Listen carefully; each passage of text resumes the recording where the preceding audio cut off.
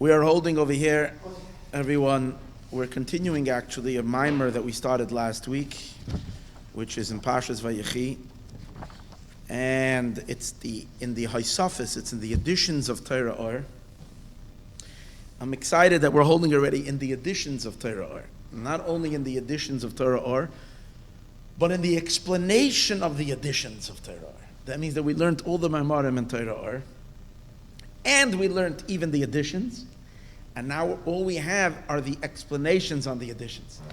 It's for sure time for Mashiach to come if we're holding already so far. Okay.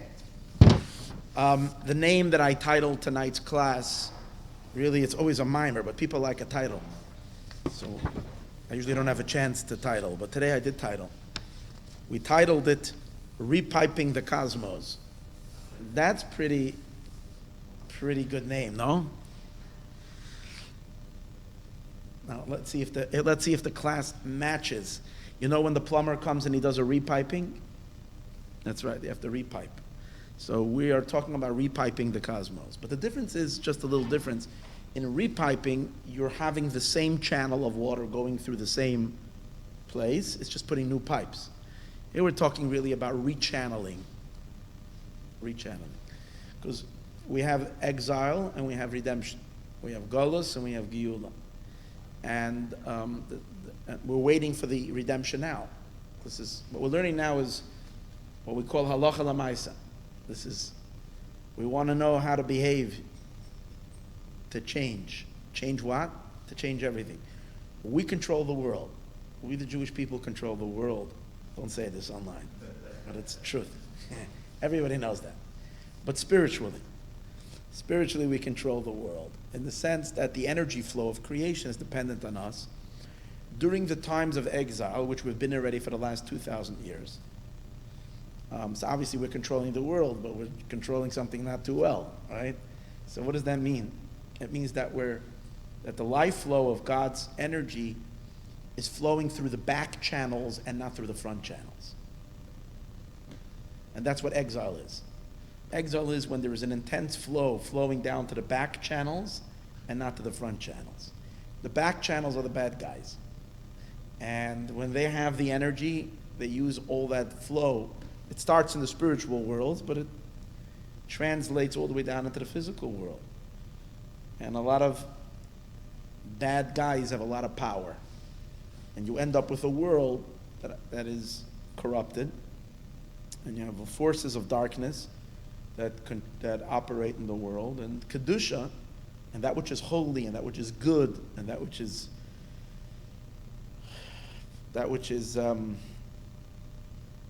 sacred and special, is very weak and oppressed. That's the Golos. And the redemption comes when God starts to focus where he's sending his energy. It's almost like that during the exile, Hashem is not focused. He's allowing his energy to flow, and it's being misdirected. So what we need to do is create a focusing. So in the beginning of the creation, the first time God's energy was misused and misdirected and and not focused, unfocused, was in Egypt. That's why ancient Egypt was so powerful, they were so strong, and that was because they were also receiving the flow of energy from God, but the energy was going to the back. That's why Paro, the word Paro is the king of Egypt. If you take the word Paro and you rearrange the letters, you get the word Ha'oref, the neck. Because Paro is a spiritual parasite that is plugged into God's neck, back here. And he's channeling energy flow from his neck, from Hashem's neck. The neck means the back of God's desire.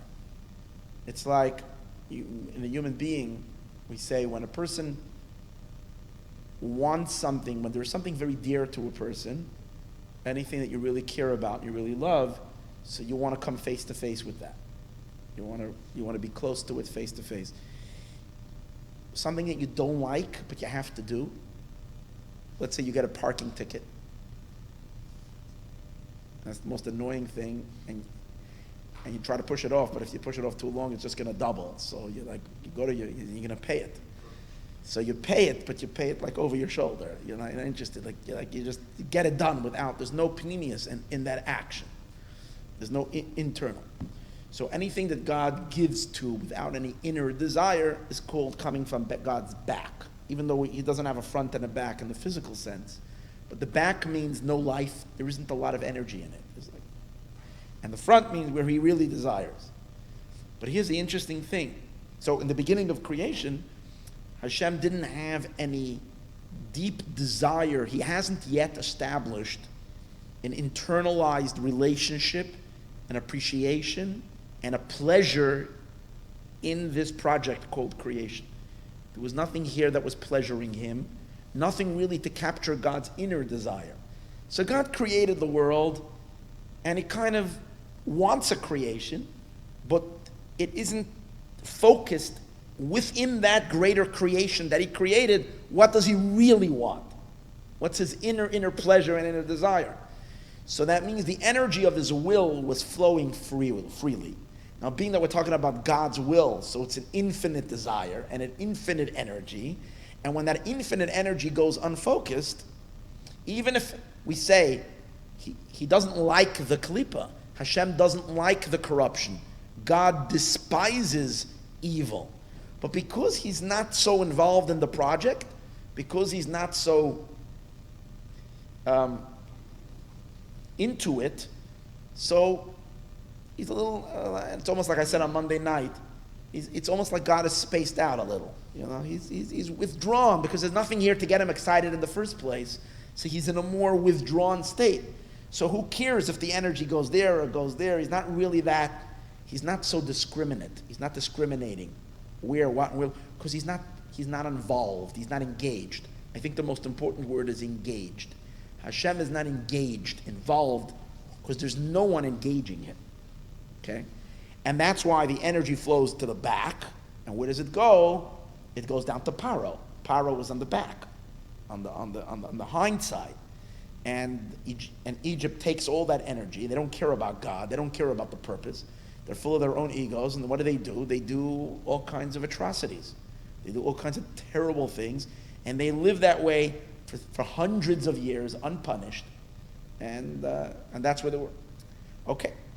And the Jewish people, who are the descendants of Avram, Yitzchak, and Yaakov, and they are the seeds of purposeful life, of meaningful existence, of the spreading of righteousness and goodness and morality in the world, are being trampled on, are being abused, are being broken. And God still sustains the world, and to an onlooker on the side, you say, God, what's with you? What kind of world did you make?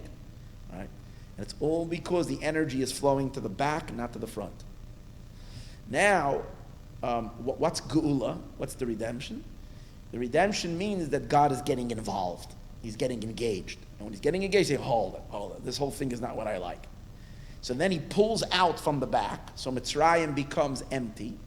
And that's why the Torah says this week in the Torah portion, that when you leave Egypt, Vayanatzlu es Mitzrayim, you're going to empty out Egypt. Make it completely kemitzula she'ein by dogim.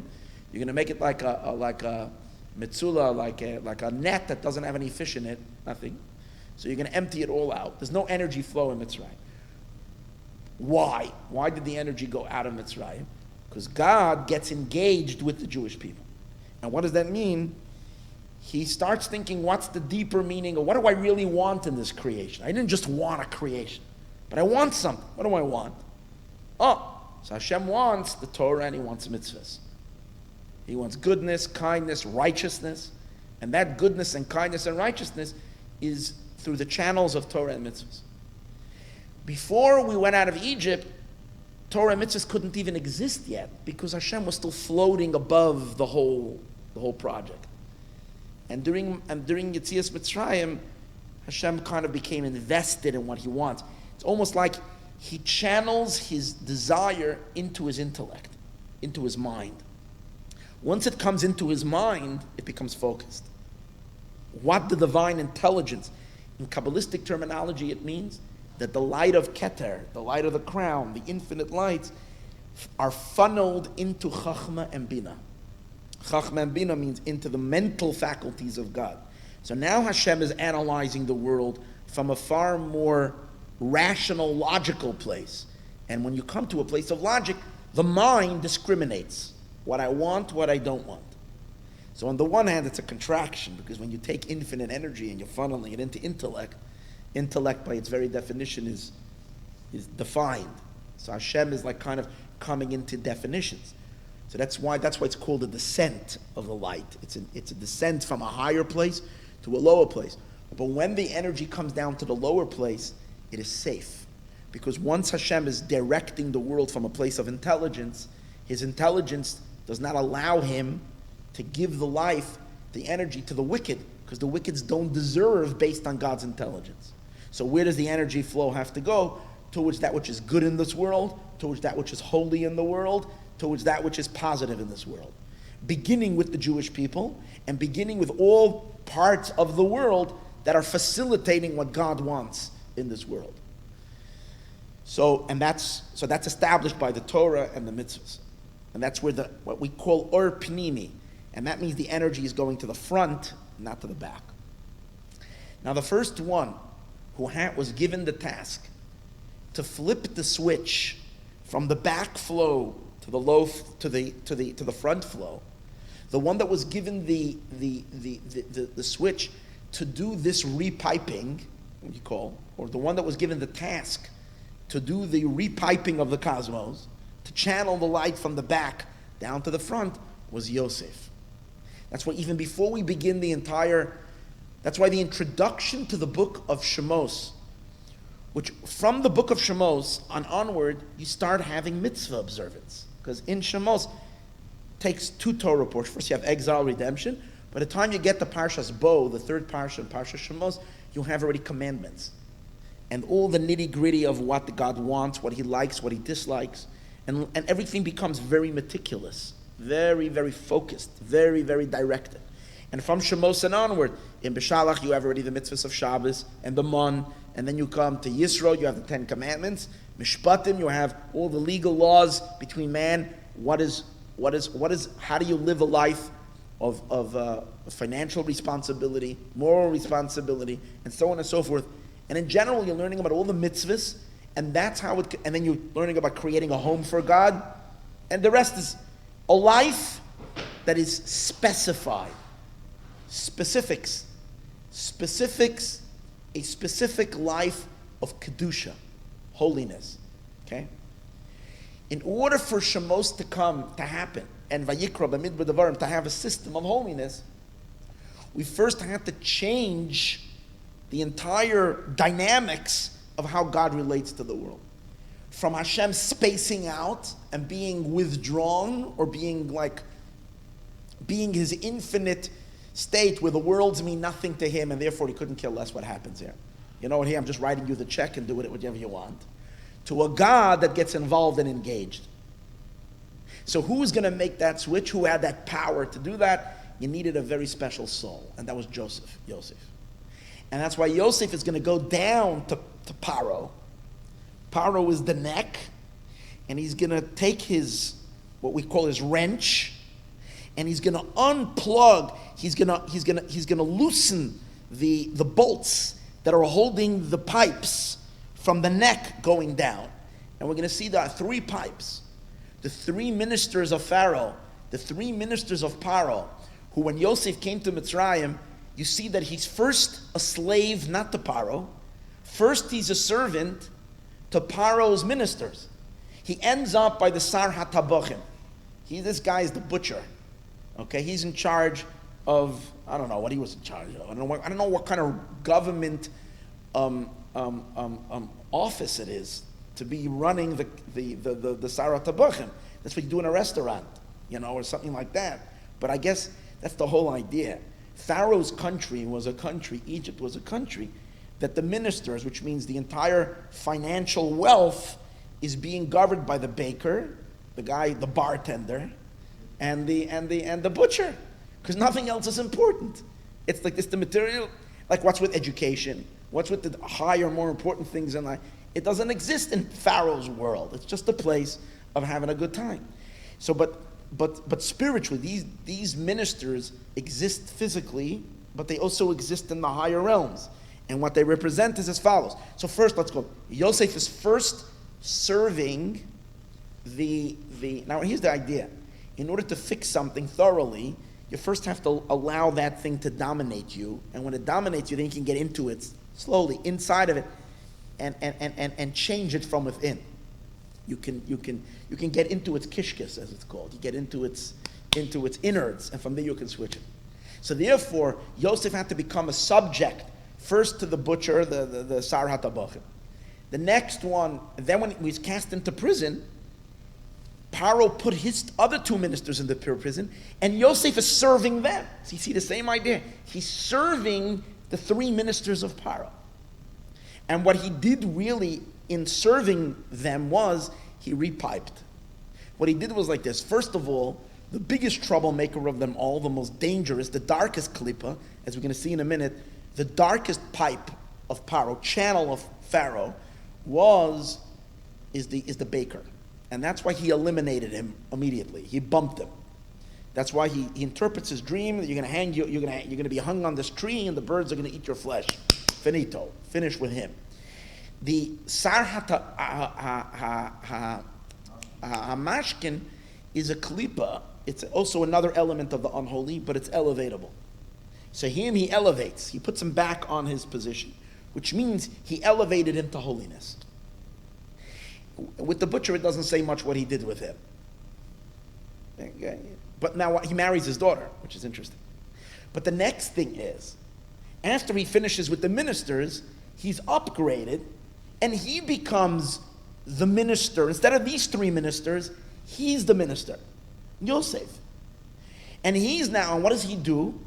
He takes all the wealth of Paro, and instead of allowing that wealth to go down the back, he's putting that money to usage for positive, for construction, for constructive usage.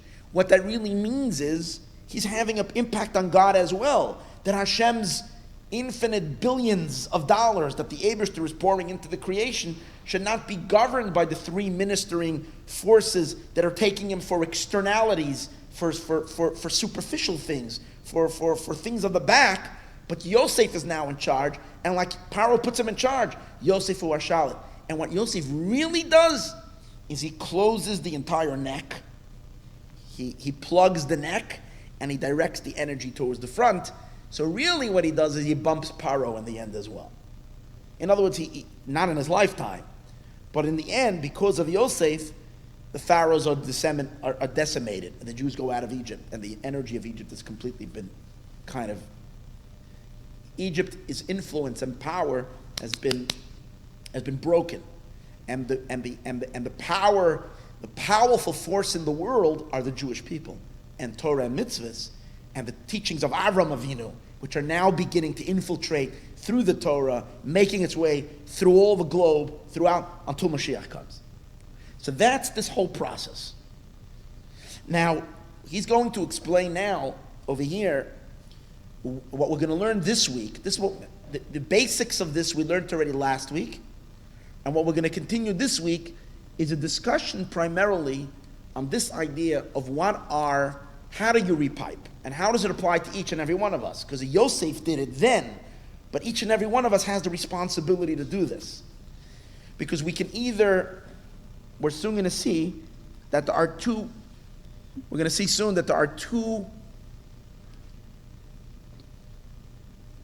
that in our lives as well, we have these three ministers.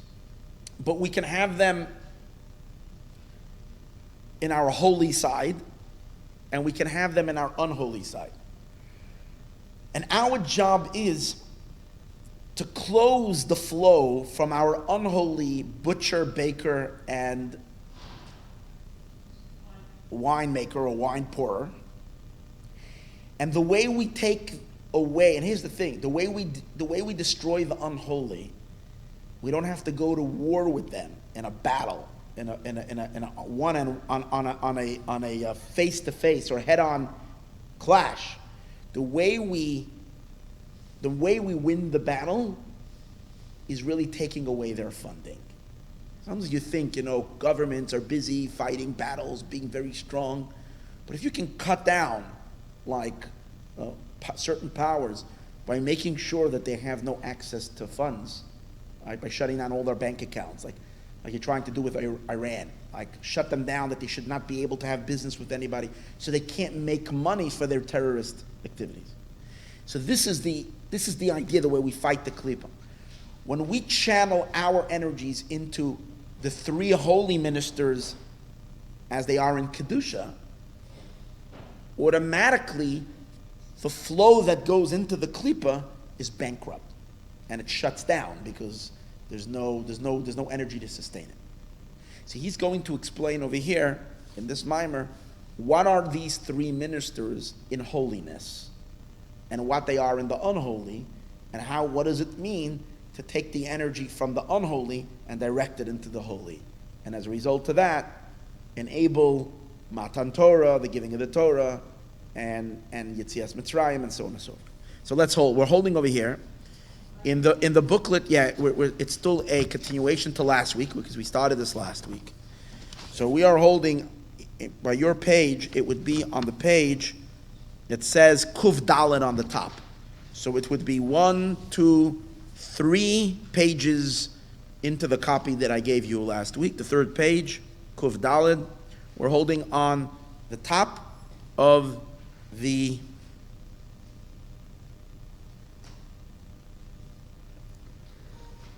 holding on the top of the second column. There's a paragraph beginning with the words Va'ata, and now. Yesh Lehavin, that's what we're holding. Okay.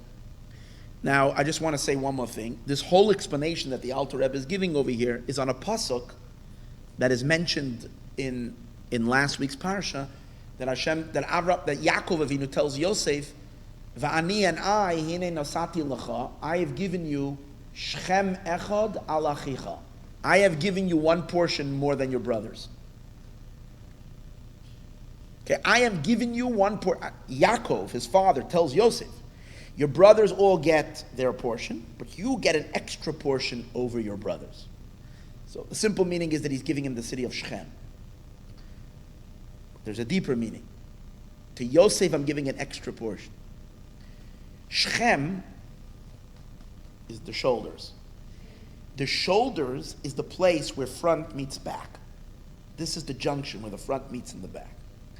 What Yaakov is telling Yosef, you have a higher responsibility. Al achicha, you have a power in your soul, in your spiritual arsenal, in your neshama. Because you are so much higher than your brothers, we're not going to get into that this week. Last week we discussed why the root of Yosef's neshama is way, way, way higher than all the other tribes. That's why Yaakov had such a special relationship with him. But because you are so high, what you have to always realize, whenever you're in a higher position, it means a greater burden. It means more responsibility. It doesn't mean you just have privileges. It's not about privileges. It's about you have greater power, you have more work to do, and we're going to hold you accountable for much higher, on a much higher level. That's basically all that it means. Any kind of power that a person has. A person has a lot of money, it means you have greater responsibility. A person has a lot of wisdom, you have greater responsibility. A person has and the truth is everybody's rich in one area, and that, or maybe more, but in those areas, it's your tremendous responsibility. So Yaakov tells the Yosef, you have Shechem echad, you have an extra portion over your brothers. But the deeper meaning, you have the ability to make from Shechem, which is the back, going down to the back, echad, to turn it into the oneness of God. See, as long as things are in the back, means that the backside denies God's unity. What's the whole idea of the backside? Remember I said earlier that when you give somebody from the front, it's because you want to be in a relationship with them. When you're giving somebody from your back, means I'm not interested in you, here, take. So just like it is from the giver, same as also from the receiver. Someone that is receiving from the front has to acknowledge you're giving to them. But someone that's taking from the back doesn't have to acknowledge even where the money is coming from, where they're getting it from. I have it, I don't care from where it comes from. It's only about me getting, it's not about anything. So therefore the klipa, the unholy, when they receive from God, it's almost like they're stealing or getting it from a leak, or it's leaking. Holiness is leaking down a channel, and they're taking, they don't want to surrender to the unity of God. So from the back is the opposite of echad, of oneness. Your job is to take shechem, the back, and turn it into echad, into oneness, by taking the energy out of the back and towards the front. But he says, this shechem, how are you going to do that? Asher lokachti, Yaakov says, now, Asher lokachti b'charbi, I took it with my sword. Ubakashti, I'm with my bow. So Yaakov is saying that this portion that I'm giving you, extra, more than your brothers, I've acquired that portion with a sword and my bow and arrow. So the simple meaning is, because when the story with Dinah happened, when Shechem abused Dinah, so then what happened was the Shimon and Levi massacred the whole city. So everybody, it says that they all came, the inhabitants, those who lived around the neighboring villages, all got together to fight, to come to wage war against Yaakov, and Yaakov went out with to battle against them. That's what it means. I actually conquered the city with my sword and my bow. But according to the spiritual meaning that we're learning over here, that we're talking about this idea of transferring or redirecting the energy flow from the backside and directing it to the front side, he says, in order to do that, you do that with a sword. So what kind of sword are we talking about? So we're talking about a spiritual sword. So I mentioned last week, the sages say that if you say the Shema on your bed at night, we're supposed to say an extra Shema, the bedtime Shema. Anybody that says the Shema on their bed, it's like they hold a two-edged sword, which means a sword that has two, and right? So what does it mean? It means a power that kills the klipa, the unholy, but two edges. So that's the sword that Yaakov is talking about. It's a sword that decimates the unholy, but it has two. In other words, it's one sword that splits into two. Why do you need a sword that splits into two? We're going to see in a moment. But there's one sword that switches into two, and it has two blades, so to speak, and therefore it can. If two blades means it has to cut the klipa in two places. That's why it's a double-edged sword. We learn it out from a pasuk. Here it says, "Asher lakachti b'charbi." I've taken it with my sword. He also uses a bow and arrow. In the end of the mimer, we're going to see what the bow and arrow is. But first, he's talking about the sword. Today's mimer is going to discuss mainly how do we cut the heads, so to speak, of the three ministers of Pharaoh. When we chop their heads off with the sword, means we don't allow the flow coming from God's back to flow into the klipa. We use a sword to do that, a double-edged sword. And when you have that sword, and then you use a bow and arrow. What are these two functions, and how is that done? So Yaakov says, and he says, I took it miyada amoiri, from the Amorites. Now we know there are 7 nations living in the land of Israel before the Jews came in. But he particularly emphasizes the Amorites. So we're going to see what that means, that we have to take a sword, and with that sword we have to kill the Amorite. Even though we have a lot of klipot to deal with, a lot of unholy, but the most important one is the Amorite one. And you're going to see soon how beautiful, how amazing this is. What does it mean in our lives? What do we do? We kill the Amorites. And by doing that, and that's Yosef's job, and that's our job, to fix the world. Okay. Oh, so this concept of cherev, so we might think it's a bloody battle. So we look in Siddur, in the Siddur we find out it's not such a bloody battle. Why? It says in the Siddur, we daven every day, we say, Roimemois keil bigronam, the exaltedness of God is in their throats, the cherev pefiois biyadam, and a double-edged sword in their hands. What that tells us is that we have a very gentle sword. The sword that we have is basically, what does a sword do? a sword detaches the head from the body, sadly. That's the function of a sword. Spiritually, it means that if you don't allow a certain entity to receive its flow, its life force, that means disconnecting the head from the body. We said earlier that if we can provide for God a pleasure and a delight in holiness, in good deeds, then he's not interested in the unholy. Then he focuses he's very alert, very present, and very conscious of what's going on, and his energy goes to the right places. That's called chopping the head. So, but here's the thing. We have to create a holy channel. When there is a holy channel, we can substitute, that replaces the unholy channel. The channel that's between the head and the body is the neck, and mainly the throat. Mitzrayim, the whole Egypt is this part of the body, the throat. Paro rules right over here in the back. And the Egyptians, their ministers, are all the pipes, but the pipes taken from the backside. When we construct 3 channels, the same 3 ministers, we're going to see inside our throat, outside our neck, we also have 3 physical channels. We have the esophagus, which is where food goes down. It's called the veshet, the food goes down. We have the kaneh, which is the windpipe, where we breathe from. And then we have a major blood artery. The what is it called? Carotid? Carotid? Okay, something like that. Anyways, it's a major blood vessel.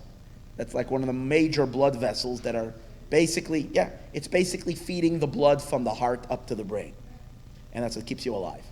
These are the 3 pipes that are there. These are the 3 ministers. They exist in an unholy form and in an unholy form.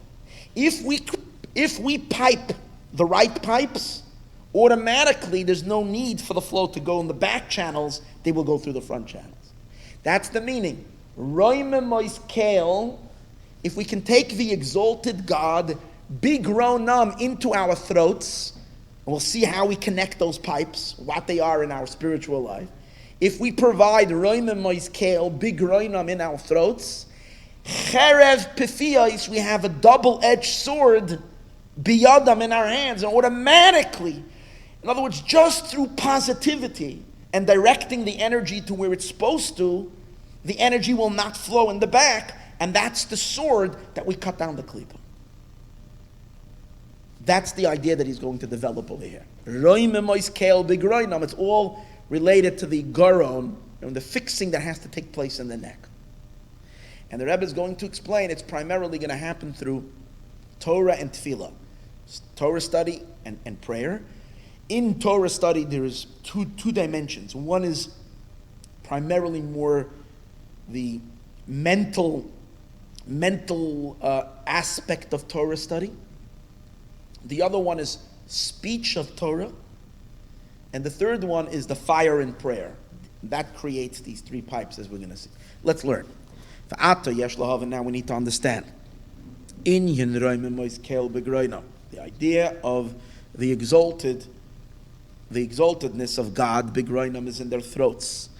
What I do want to say is I've had a pretty hard time, not so much with the concepts. The concepts of the Maimer seem to flow very nicely.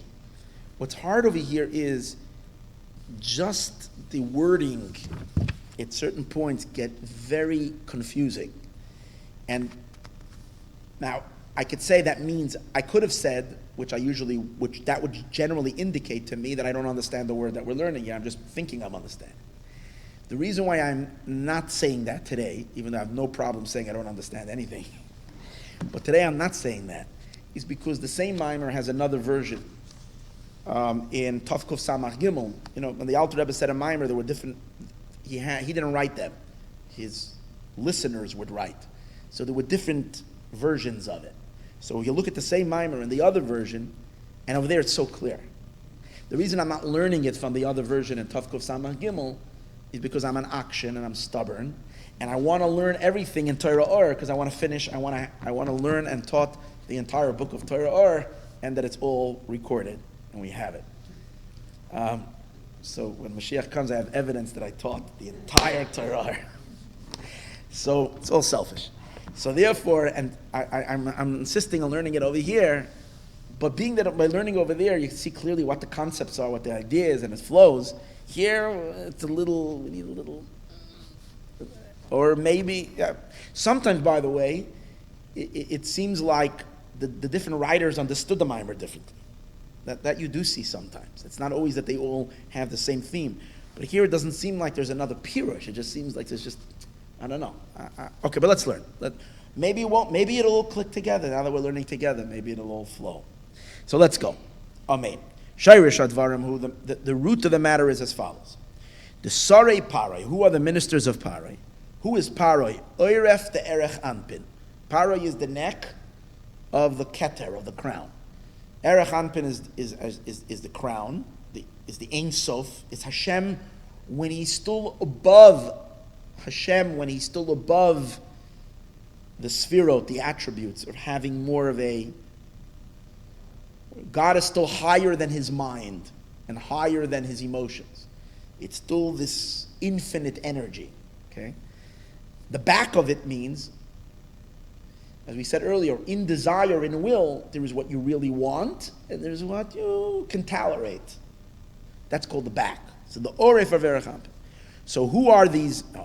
Hemsar HaMashkin. They are the Sar, the minister of the wine, or the pourer, the bartender. Sara Tabachim means literally the butcher, the one in charge over the cattle. Sara Oifim is the baker. V'hu, and what do they represent in terms of the body? Hakoneh, that's the windpipe. Haveshet, which is the food pipe, the esophagus. V'haviridin, and this artery, blood vessel that runs through the neck. Okay, so these are the three. Oh, you're giving it to me, so maybe I'll be able to pronounce it. Did you put Nekudais also? I did. Oh, there you go. Thank you. Carotid. The carotid artery. Isn't it called the coronary? I always thought of it like coronary. Carotid. Okay, if I'm going to have to do that, we're really going to get stuck in the throat. Yeah. Yeah, what? Carotid it's called? Carotid. Okay, there you go. I think I'm going to stick to the Hebrew. Yeah. And when Yosef was sold as an Eved, as a servant, God had kind of orchestrated that Yosef, who is representing something awesomely divine, it's almost like Yosef is like, we learned last week, his neshama is of the essence of Hashem. So when he's going down there, it's like he's carrying Hashem's desire to wherever he's going to channel it. So he has to go down into the place where it's leaking and fix the leak. So Yosef gets sold as an Eved. B'pchinas galus, in a state of exile. Levarer birurim miparo, to do a birur, a purification. Purification in this sense means to empty paro, to do a birur, to empty paro. V'kasher pasar b'chalam, and as Yosef does a pisro, and as Yosef does a dream interpretation, lahem kein haya, so it was. Shesara oifim, who, as we're going to see soon, the baker, he corresponds, we're going to see soon, to the Emorites. And remember, we said earlier when he says I'm going to that I killed them with my sword, he used the sword on the Emorites. So you see, when Yosef kills one of them he has to kill. So who does he defeat completely? That's the baker, Becharbi, with his sword. So Yosef actually actualizes that against the Sarah Ophim, because the Sarah Ophim, the baker, is related to speech, we're going to see soon. But in any case, him he eliminates. Tziva Yosef b'pisroinayd litlois. So he commands, you should hang him up, v'taluhu, and he hung him. And you should know that each and every one of us is Yosef. We can all command and direct the energy wherever we decide to direct it. As we're going to see soon, just to give you a little clue. If we decide to sit for hours and read all kinds of stuff that are coming our way, from the millions of channels that are coming our way every second. This guy sends us this, and this one sends us that, and then we're busy surfing and reading over here this article, and look at this news article, and look at this video, and look at this thing. You realize what's happening is your mind is being bombarded with words, with osios. And who do you think most of these osios are? The osios, the words, these are all klipa words. This is the Amorite. Amorite is the bombardments of words, bombardments of letters. And it's all vying for your attention. If you give it its attention, then you're allowing the flow of energy to go down the wrong channel, the back channels, and not the front channel. But if you say, you're being hung, no life to you in my life, I'm shutting that down. I'm not. I have enough words, holy words to do. I have to occupy myself with all the Torah. Today's the yard side of the Rambam, right? The Rambam gave us enough to busy ourselves by learning a whole lot of Rambam every day and learning all the other Torah that there is. Channeling holy words, so then you don't even have space for the unholy thoughts and the unholy words, because and then if you're not giving attention, so you're Yosef directing where your desire is going into the holy, it's going into the front channels, it's not going into the back channels. So that's what Yosef did. He hangs him. The Sarah Mashkin and the other Sar, the other minister, Yosef through his interpretation, Yosef elevated the other minister up. And then what happened? As a result of all of this, Yosef lamelech. And then once Yosef is doing his job, the God says, I can trust him. I like the way you're running the things. So now he appoints him as being the second guy to Paro. Now Paro is like the source of all this powerful energy because he's the backside of God's will. So in the level of will where everything is Ein Sof, even the back has got so much energy. But Yosef says it's not going to flow anymore down into the universe through these channels because I'm going to connect the back energy, the chitzonius of God's ratzon to his pnimius of ratzon. No more desire for that Hashem should have just in a world. Hashem should only have a purposeful world, not just a world. That means that the chitzonius, the external desire, is gonna synchronize with the internal desire, and the energy is gonna go down to the front, not to the back. So that's why he becomes now Paro's guy, ubirer mimitzrayim, and then he's able to refine the energy from Mitzrayim. V'sarei Parei and all the ministers of Parei, kol hatoiv agonus behem, all the energy flow that has already gone to them. And that's what it says. Vayalakit Yosef is kol hakesef. Yosef went and he got all the money. He got all the riches of Egypt. And think about it. What happened with Yosef's money? In the end, the Jewish people took it out of Egypt and they made a Mishkan. They made a home for God with all that. So you see, like where it was put to use. It was taken from the corruption of the Egyptian temples with who knows what they were doing over there. All the 3 cardinal sins. And taken from there and used towards the holy. And all of this was only a preparation. And afterwards we can have the Torah and we can have the mitzvahs. And what is the Torah and the mitzvahs? The frontal flow directed through all the particulars of Torah and mitzvahs where God's positive energy can flow in a very constructive way in this world to make this world into a holy place. Lach, and that's the reason why Sefer Bereshis Hugdam Lamatan Torah. That's the reason why the book of Bereshis is before the giving of the Torah. Shebe Sefer Shemos. Because you can't have a book of Shemos, of giving of the Torah, unless you first repipe. So Yosef has to do that work first in Bereshis so that we can have it later happening in Shemos. V'dai l'mev. V'nei bir Hadvarim, the explanation of the matter is as follows. V'gam Lehavin inyan cherev. To understand this, and also to understand this cherev, this sword shall base piyos.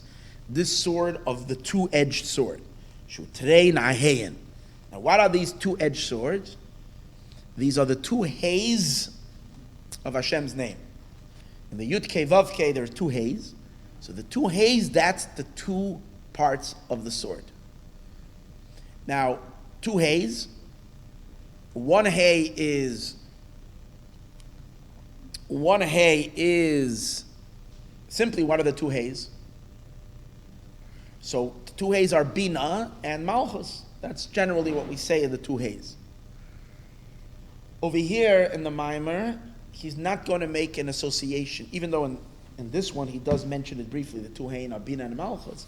But in this Mimer, he's primarily going to associate one hay with the hay Chasadim, the 5 powers of Chesed, and the second hay are the 5 powers of Gevura. The two hays are really, which later translate into the 248 commandments, are all derivative of they're the actualizers of God's 5 chasadim, the 5 powers. What do I mean 5 powers of chesed? We have a right hand and we have a left hand. And in our right hand we have 5 fingers, and in the left hand we have 5 fingers. So Kabbalistically, because the right side is chesed and the left side is gevura, and since in order for it to become practical, it needs to go through fingers, just like your arms. The difference between a human and an animal is that an animal has a lot of force. A bear has got a lot of force, but a bear can't do he can't really do too much particularized kind of work because he doesn't have fingers. He just has a paw. So when things go through fingers, they become specified. So fingers break things down into detail. So when the chesed has to be specified, and the gevura, the power of gevura, also has to be specified. So that's what the 248 commandments, every mitzvah is a channeling of God's light into the world. It's a flow of kindness. So it's the root of the 5 mitzvahs. The root of the 5 mitzvahs, of the 248 commandments are hey chasadim, the 5 chesed powers. The root of the 365 prohibitions, there's 365 prohibitions in the Torah, are 5 gevurais, from the 5 fingers of the left hand, 5 gevurais. Now, and that's the idea of the two hayin. How will you associate this with Malchus and Bina? It's possible, and this is just my own possibility. We know that the main structure of Malchus is Gevura. Malchus is mainly structured of Gevura. Bina, even though Gevura comes from Bina, but Bina also has a very strong chesed. That's why her child is chesed, and so on and so forth. Her first and primary child is chesed. Chesed, Gevura. So therefore, I think Bina has the Hey Chasadim is associated with Bina more than with Malchus. This is just Kabbalistic thing, and it's not so necessary for the understanding in the Mimer. The main thing we need to understand in the Mimer is as follows. Through our observance of the positive commandments, we cause a positive energy flow into the world. That very positive energy flowing in the world is robbing the unholy. Because that's the rule. When there is a flow from the front, there is no flow in the back. So by positive mitzvahs, by being engaged in it, and you see it in your own life. The Rambam says, for instance, that if a person is bothered with negative thoughts, the Rambam says that negative thoughts only come to a person that's empty. If you're filling your brain all day with good, there's no space for the negative thoughts. The Tanya also gives us that. The Alter Rebbe also gives us that advice. Whenever you feel that you're being overwhelmed by negative thoughts, the Alter Rebbe says, don't fight them. Don't discredit the thought. Just start thinking the right things, because your mind can only host one thought at a time. So host good thoughts, think good things, and automatically the negative thoughts don't have any space to go there. So this is the idea. Through the positive commandments, in creating a positive flow, that's one end of the sword. That's one hay. the hay of chesed, and it's not only words, it's all the positive commandments. By being occupied in the 248 positive commandments, doing all the good that we can do, we're cutting the klipa off. But we're going to see that that's not enough, because even when we create a flow into the holy, the klipa has a lot of chutzpah. They have tremendous chutzpah, the unholy. And what they do is when there's nothing coming down to them, when there's nothing being downloaded, they can soar up to the source and they go upstream. If they're waiting, imagine if you carve out these ditches so that the water comes. But if for whatever reason you cut down the flow, they have the ability, as it says in the pasuk, in Tagbia Kenesher, if you will rise like an eagle, they soar up to the place, to the source, and steal from there. So there, but the pasuk says, "Meshamai ritcha." From there, I'm going to cast you away. God says, "I'm going to throw you down," even when the klipa soars to a high place. So we have to fight them in two ways. We have to stop the flow, but we also have to stop their wings. We have to clip their wings and not allow them to soar up. How do we do that? We don't have to fight them. It's all inside of us. When God forbid a Jewish man or a woman, when we are arrogant and we're full of ourselves and we rise in self-importance, we cause the klipa to feel so important that it can rise. So the root of inflated ego and self-importance and all this kind of thing creates another avenue for klipa to take. So that the 365 prohibitions. The 365 prohibitions, if the root of it is not so much you shouldn't eat that, of course, I'm not saying, of course, it's very much about not eating that, not doing that sin. Don't say, but the neshama of it is to say no to your ego every day, 1,000 times. In a mitzvah, you're not saying so much no to your ego, because who doesn't want to do a mitzvah? Like, we all have like an enjoyment in being nice and feeding hungry people and doing something nice. But when we really feel, not what's the right word? What was the word? No, not worthy. We feel entitled. We feel entitled to indulge in whatever indulgence it is, whether it's kosher or not kosher. And we say no. Why no? Because it doesn't care what I want. Because God said no is no. That's a slap to the ego. So the constant slapping of the ego is the banging it down. It doesn't allow the person of that self-importance. So the loifsaseh is primarily the gevura that knocks down the inflation, which doesn't allow the klipa to soar up. Because remember, always one rule that comes out from the mimer is we are in control. When we tilt our attention and when we tilt our mood and the way that literally directs everything. Why? Because the neshama is so high. A Jewish soul is so deep and so high that we have such control over everything. So this mimer teaches us how to use that control in the right way so that we come to geula away from the gullus. So now let's see. So that's the vini. These are the two hays. The gam Lehavin in yecherer shall base pifi yeshu trei na hay, and these are the true hays of chesed and gevura, chesed and gevura. The Ramach mitzvah saseh, the 248 positive commandments. That's the first hay. V'shasalo saseh, the 365 prohibitions, is the second hay. Shegormim lachtoich. This is what causes to cut down. Yenikas gimel sarei paroi. We have to chop them down, like Matasio sings. Chop them down, chop them down. We have to chop down the 3 sarei paroi. Hanal, the 3 ministings of paruch. So tzarech tchila lahav and Indian gimel sarei manal. So we need to first understand what is the idea of these 3 ministering powers, bekedusha and holiness. The yois ki anu royim we see. So what he's going to do over here first is he's going to give us a biology class, a little bit of the anatomy of the body to understand how it works. Sha'akana hu ha'machaber hamoach lelev. The windpipe is not just a windpipe for air; it really connects the brain to the heart. Sha'arei miyad yargish alev ma sheyachshav b'mocho. We see an interesting thing.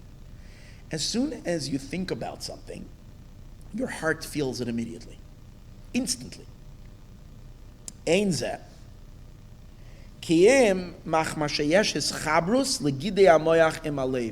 There is a connection between the gidim, or the sinews. The sinews of the brain are connected to the heart through the kaneh. I guess the kaneh, the windpipe, has nerves and I guess certain sinews that go from the brain down to the heart. I'm not a medical expert, so I couldn't tell you this exactly what it is, but I'm sure this is the way it is because the Alter Rebbe says this is the way it is, so it's for sure this is the way it is medically as well. In any case, but what does that mean? What does he mean? You know, if I had a situation where you really love someone, you really care about someone, you just didn't see them in a long time, or it's a teacher of yours, or it's someone important in your life, and you suddenly see them. And the moment you see them, you get excited. Now what happened? You had the thought taking place up here. How did it instantly get it gets your blood pumping faster? You got so excited, and you run across the street because you just saw them instantly. It's not like you have to meditate and say, oh, let me just process this, and this person I remember, whatever, and bring yourself to excite. It's instantaneous. Or you once heard about a book or something that you were so interested in, but you never could find it, and then you're in a library or you're in someone's house, and suddenly you see it, and suddenly you're like, no one can talk to you, you're like, ah. So you see, your heart is so spontaneously attached to the moach.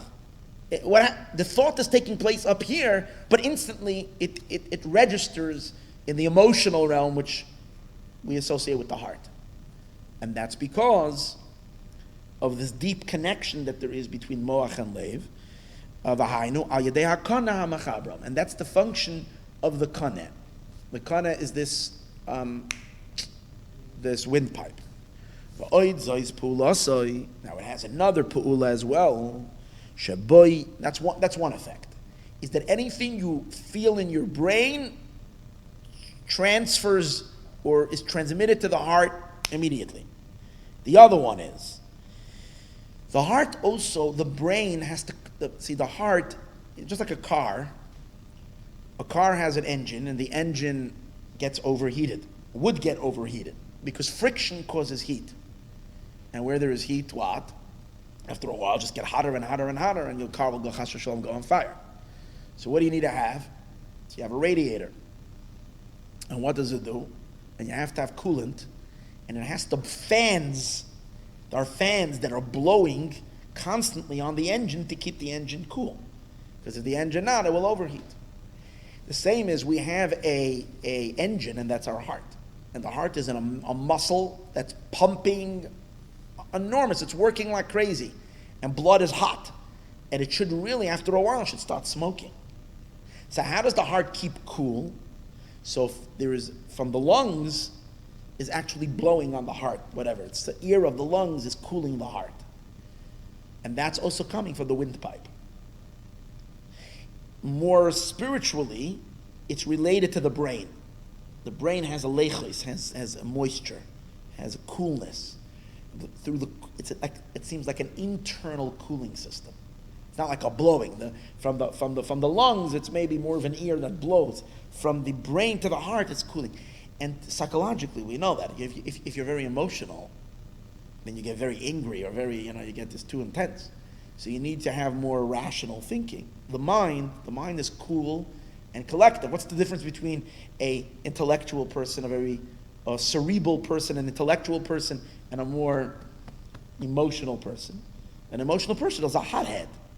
And in a very intellectual person, it's very hard to get them, to get them out of their kelim, as you say. It's very hard to get them because everything is, you take everything and, So, you see the interplay between intellect and emotions. Intellect is calm and cool. Emotions are restless and what? And hot. And a human being has to have that combination. So where does the combination happen? Between the coolness. But if you're very cool, then you become cold. When you become cold, you don't get anything done. You can be the most amazing ideas. Without a heart, without that engine, You can have the most brilliant ideas of fixing the world, or brilliant ideas of everything, or even of how you can create products that are going to, and nothing gets done because there's no push. So you need the heat, which is like the oomph and everything, but you need the mind to cool it down, because you let the heart take over, it's a total mess. So that's the balance between the two, and that's taking place through the kana, that's communicating the brain to the heart, as he says over here. This is also the pu'ula. Shabo yaver will pass down. Shefa lachlucha samoyach, a flow of the moisture of the brain, lalev to the heart. Liyos hareya, so that the lungs, mekareres, can cool off rishpe eish halev, the flaming fire of the heart, kimuvur besifrei harafua, as explained in scientific, in books of medicine. Okay. The gam anuroyim, we also see, that was a third Indian. That's already two ideas. Number one, you feel, it's hargasha. You feel something in your brain, you feel it in your heart. Number two, to cool the heart. The gam anuroyim, a third function. Inyan hevel alev is another thing. Shememenu hakoil, sound, voice. Where does that take place? That too is coming through the throat. Primarily through which pipe is sound coming from? Which pipe? It's also the windpipe. Esophagus is the food pipe. The trach, what is it? Trachea. Trachea, yeah. It's the trachea, where sound comes from. But sound is interesting. Sound is not going down. Till now we were talking about influence going down. Sound is going up. Because the sound is coming from the chest, from the ear, from the lungs, from the heart, kind of, and it's creating sound upwards. As he says, it's the hevel halev, it's the hevel, it's a breath. It's the breath of the heart. Shememenu akoil, that from where the sound comes from. Bekane, coming through the trachea. Milmata lamaila. It's really going upward. Now what he's really explaining, the kane, this trachea, is primarily a downward flow. It's chesed. So it's primarily all about channeling down. And he's going to show you in a moment that even voice, sound, is also, there's two levels of voice. It's also coming from up down. Why? So I think, because even though sound is, speech comes from, and the truth is like this, speech mainly comes from emotion. When there is no emotion, you're quiet, you're silent. You can have the most brilliant ideas. What gets a teacher to talk? It's because they want to share it, because they're excited. Just pure ideas, people that are very, very not excitable people, they just have a lot of ideas, they're mute, they're quiet, they're very isolated, they sit to themselves, they don't talk. They can be the most brilliant people, but they don't still say anything, because they're just, it's when people that have a heart, they have a fire, they like to get the ideas out and share it and pump it. And so heart makes you talk. The speech comes from the heart. Hevel alev. But all the content that you're putting out in your heart begins with thought. So it's the thought that really is coming from ideas, coming from your brain to your heart, and from there it's going upward. So that's why he says that there's two coils. There is an outer coil, that's the more physical sound, the more physical sound, but there's a more silent coil. Coil means a hamshacha, a flow, but a more internal flow that you don't hear outward, but it's an inward coil. That coil is going from the brain to the heart. And that's the main function of the kana. So again, it's interesting that he mentions the kana also has an upward flow, but it's primarily a downward flow on three things. First of all, that you feel in your heart immediately what you know in your mind. Number two, you cool down the excitement of the heart with the mind. And number three, even sound is the power behind the sound, the drive behind the sound is also the coil. In the middle, he mentions over here some kind of a upward. Oh, it's like downloading and uploading. The heart has some kind of an upload as well, going up. Not the kaneh, an uploading energy going upward as well. So let's read over here. V'gam. It's interesting because in this mimer over here, the one I told you, the other version doesn't. As I told you, it's more complicated. A little more deep. In this mimer, he doesn't mention at all in the kana any uploading, only downloading. So it makes it simple. Because we're going to see soon in the mimer, he's explaining like this: the trachea is a downward flow. The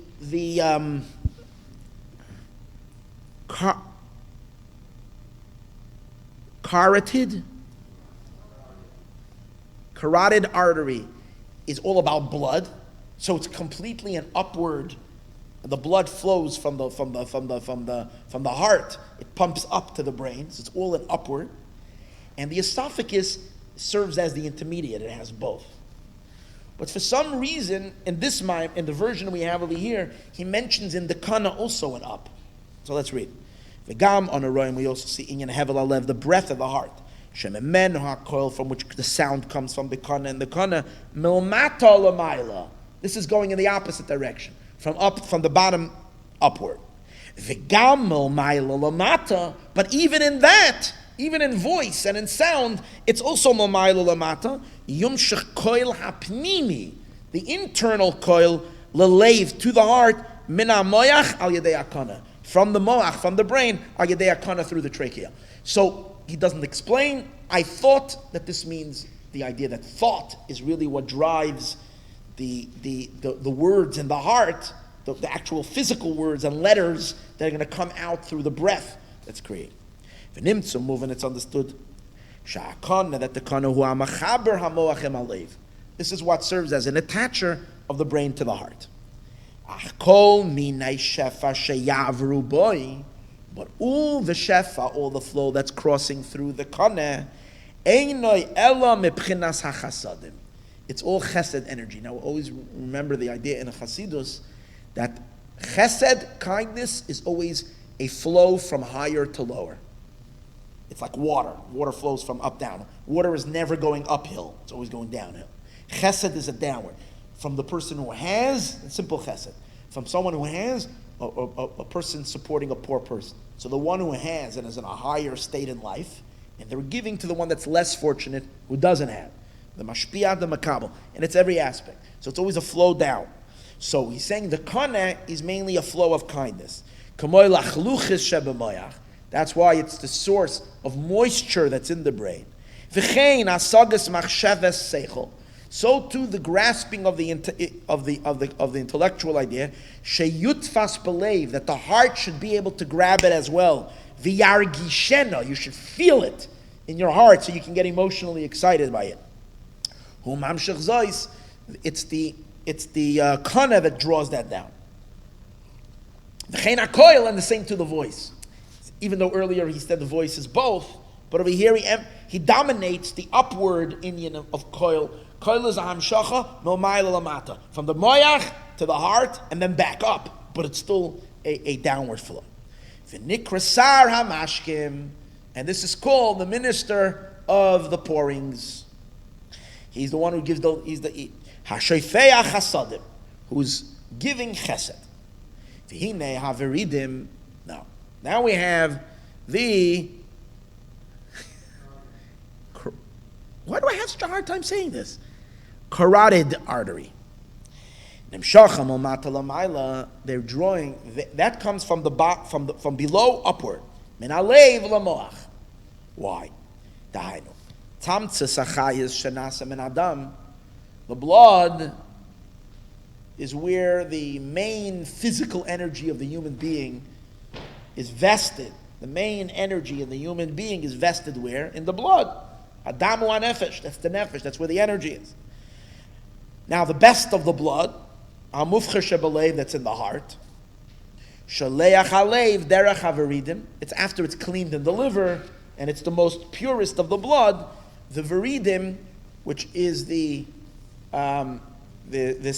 artery, this blood vessel, el ha-moach, is being sent up to the brain, Lamaila upward, lahachyoisoi ulachazkoi. To enliven the brain, because the brain needs blood, ulachazkoi, and to strengthen the brain. Shefa shalbchen is gevurais. But this is the opposite. If the flow from the brain to the heart is the water, which is going downward, blood is really liquid fire. That's what blood is. It's like mashke. Mashke is also that way. It's like alcohol. Even though it's very innocent. You ever have this situation? We all know fire is dangerous. So last week I had it by the Kiddush actually over here. I poured myself a little cup or something and I forgot it was... And there's a very big difference when you take... Your tongue plays a different role. When you're taking mashke, you have all you have your, what's it called? You have your barriers up. Because your tongue gets in the way and allows only a little bit. But when you're drinking like cold water, you let your tongue down and you go like gulp. So if you do that with Smirnoff, it's nicht good.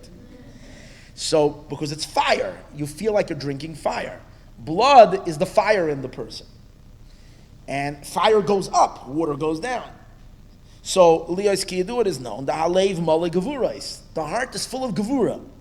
Veslavos, and fire. Rish Be'esh, flames of fire. Hachuka, because the heart is always longing. It's a kedayim. Now, being that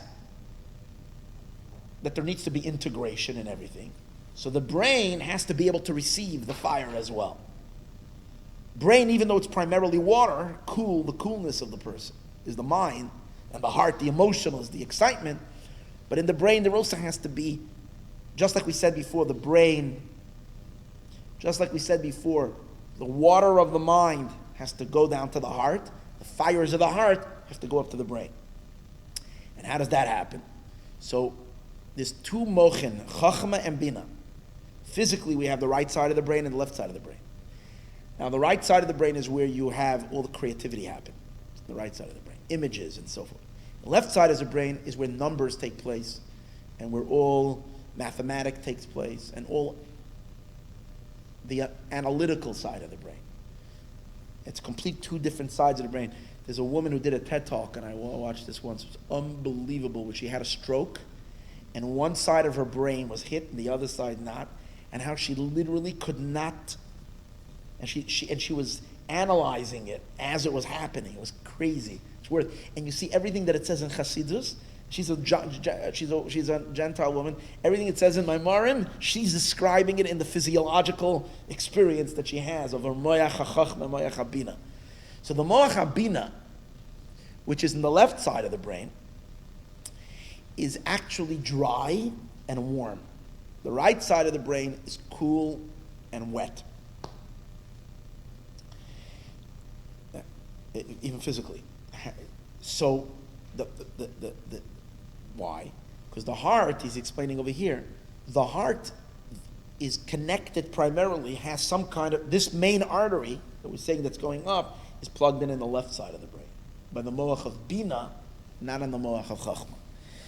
V'hinei beis moichin yesh. There's two moich. Moach chachma, there is the brain of chachma. Or moach bina, there is the moach of bina. Chachma machasadim. Chachma is primarily chesed. Bina megvurais, and bina is from gevura. Can do as it is known.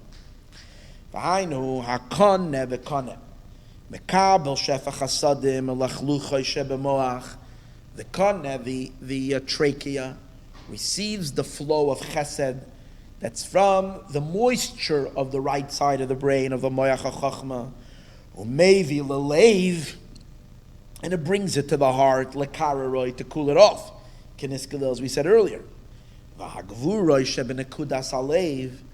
gevura that's in the deepest point of the heart, which is like that boiling of fire, passion. The veridim bring that fire up el moach bina, to the moach of bina. And because of this, he says, you find an interesting thing. Chassidus always teaches you that if you learn concepts and you don't thoroughly understand them, or you don't meditate on them, then you don't get emotionally excited. You just have a flat. The emotion doesn't come from chachma. It comes mainly from his boinenut. And his boinenut means bina. You have to have the bina in order to excite the emotions. Why? Because the heart is plugged in more in the left side of the brain, where the bina is, than it is in the chachma. So Mesiba Zetav Slavus believe. The Slavus, the excitement in the heart, Machmasi, his boinenus comes through contemplation, which is Bina, his boinenus dafka, not from new ideas. You can have powerful new ideas one after another, it's not going to excite the heart. The excitement of the heart gets excited when you really, really appreciate, understand, and develop and dissect something till you really becomes part of you, which is done in the Bina, and then it excites the heart. Ki kroivim v'shaychem zelazeh, they have a shaychus one to the other, ayedei chibur haveridim, through the connection of this carotid artery. Carotid artery. Hebrew. What? Carotid. Better. Ukeshem is bared in b'moyach v'hoya l'chayus. Oh, v'nikra, and that's called Sara Tabachim. It's called the minister of Tabachim. Liyasharshai min adamim shebeguf. Because what does it have to do with Sara Tabachim? Because the Tara Tabachim is the one that deals with he cuts and he gets the blood out. And the shoresh of this whole energy flow is the blood of the body, the blood that goes up. Ukeshem is baredim b'moyach. And when it goes up to the brain and it becomes chayos in the brain, it's called the Sara Tabachim. In other words, generally just called Tabachim. But when it goes up into the moyach, that's the minister of Tabachim. And now we have the third one. What's the veshet? The veshet is the esophagus. This is kind of the mediator between the two. Between the gevura on the left side and the chachma on the right side, the brain, right? So we have why? Ki aloi pa'ula saveshet, because the pa'ula, the effect of the esophagus, hu lehevi amachol beguf. Primarily, what does it do? It brings the food in the body. And what does food do? So the first thing is that food increases the blood. Through the food, you increase the blood. So you see the food, that makes that this process of eating and bringing food into the body is related to gevura, because that's where the heat is, that's the blood. V'kol mechesed gevura, it's including chesed and gevura. Why? Sharei yishapich ledam, it's going to be converted into blood. Achakach biveridim, it's later going to turn in the food that's going, basically when you think about it, the food that's going down the esophagus is in a day or two from now going to be blood going up the artery. It's the same. So what's in the esophagus now is going to end up in the blood vessel. Okay. The yaduat is no, but food itself, which is primarily bread, is the halechem hu b'chachma. The power of lechem, of bread, is in chachma. The sages say an interesting thing: a child does not develop a mind until he starts eating grains. As long as a child is just nursing from the mother, physically it's developing the body, but it's not yet so much developing the intellectual element of the person. A child does not know to call father or mother until they taste the taste of grain. Not enough just to nurse.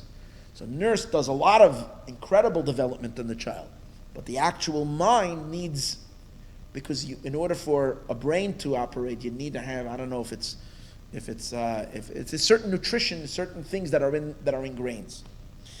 Sure. The nikra, okay. So you see that what? Because it's coming from where? It's coming from Abba, and it says particularly, child doesn't know how to call father. It doesn't say mother. Because father is chachma. And lechem, bread, is related to chachma. The nimtza comes out. Shahaveshet, that the veshet. Yeshla yischabrus, it has an attachment, bishnei moichin chachma bina. From the fact that it's bringing food, which the food itself is what? Is chachma. It's channeling brain energy into the body, so that's on the right side, it's the chachma. It's turning it into blood, which is gevura. So you have the two combined together. V'nikra Sara oifen. And think about it. He's also called the minister of the baker, because when you take bread, which is chachma, and you put it in the fire, you bake it, you put it in the fire. So you're making this combination of chachma, which is chesed, and the bina or the heart, which is she'oifa halechem, which is the lechem pirish hachachma, toifa be'esh. The chachma needs to get baked in the fire. Hagvuris of gevura v'tichlal mishneim, and it becomes integrated from both. V'dar l'mev. So the trachea is primarily a flow of chachma. The viridin, which is this artery, which I'm not trying to say now, is what's it called again? The flow, the energy of gevura, and the baker, which is the esophagus, is a combination of both together. The kols and mashal, and all of this is an analogy. Gimel sadam elu b'kedusha elikis. This is all an analogy for these three ministers as they exist in holiness, in the realms of holiness. And we can understand it in our own experience. In other words, this is really cosmic, because the whole cosmos is set up in this human design. So it's up there in this much, much infinite big scale. But being that we're all a little part of the whole system. So in each one of us is genetic code of everything. So the way our bodies are structured and especially our spiritual service is meant to influence this all. So we see Oisam Avoshem Benitzatz Eliki in the divine spark that we have. So now we go over to page 208. Dahainu. Koil HaKoneh B'Torah. Sound of the Koneh. Sound of the Koneh. Dahainu Koil HaKoneh, the sound of the Koneh B'Torah is in Torah. Hine al Zen Nemar, on this it says, Hine al Zen Nemar, there's actually another one, there's an extra copy there. Hine, it says, al Zen Nemar. It says, in the pasuk, Kenei Chachma. It says in the pasuk, Kenei Chachma, Kenei Bina. But Kenei is Koneh. Koneh Chachma. Why is a we know that a chacham, a sage, is called a zakein. This even today's chumash, Hashem says to the Jewish people, to Moshe Rabbeinu, go gather the zakenim. So Rashi says it doesn't mean old people, because you can't gather 600. All the old men of the Jewish people would be a lot of people to gather.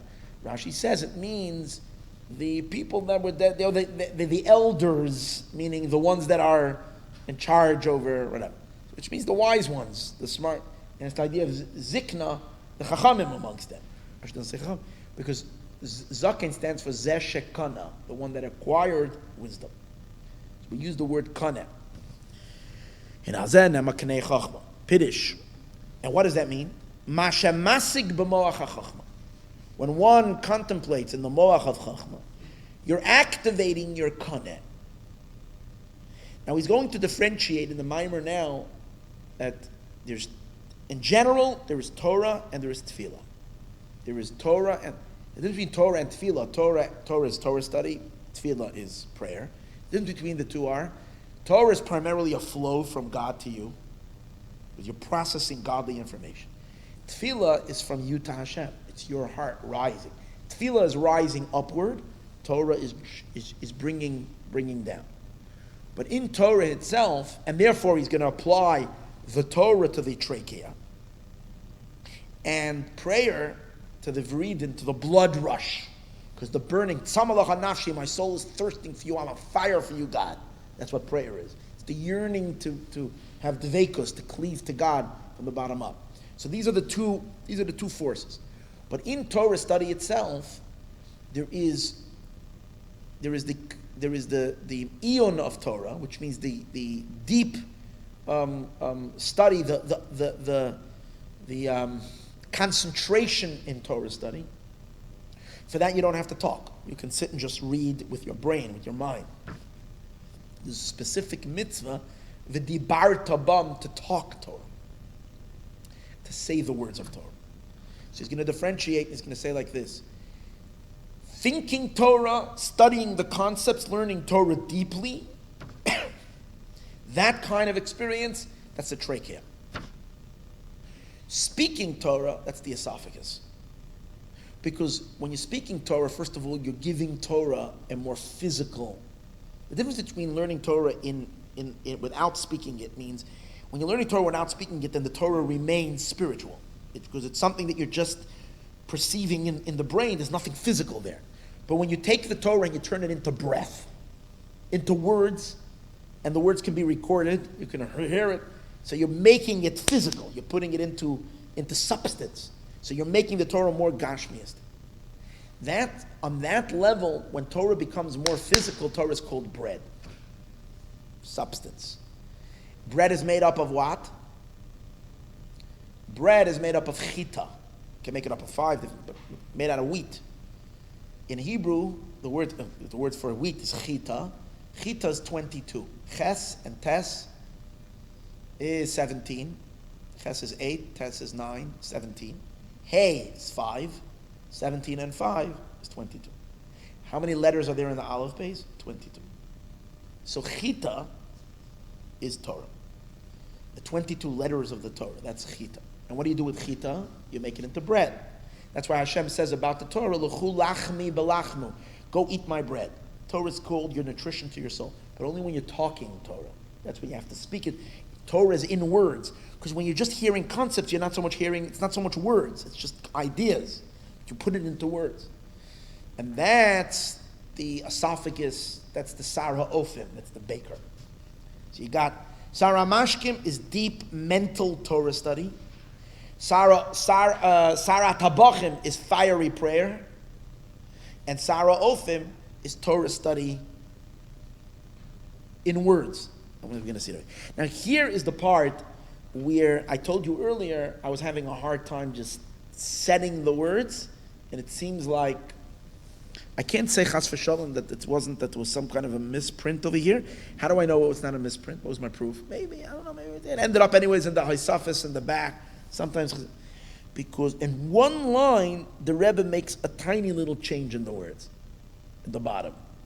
So I realized if the Rebbe made this tiny change over here, he didn't make any other changes anywhere else, means that I'm just not, it's humbling, let me put it that way. Let's read it and let's see if maybe together it's going to fit. This to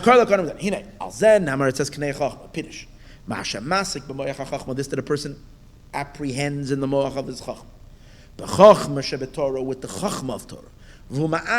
When he's thinking deeply. In the power of Eon of his brain. Eon is the power of concentration in his brain. You didn't bring it yet into speech. It's more just conceptual learning. So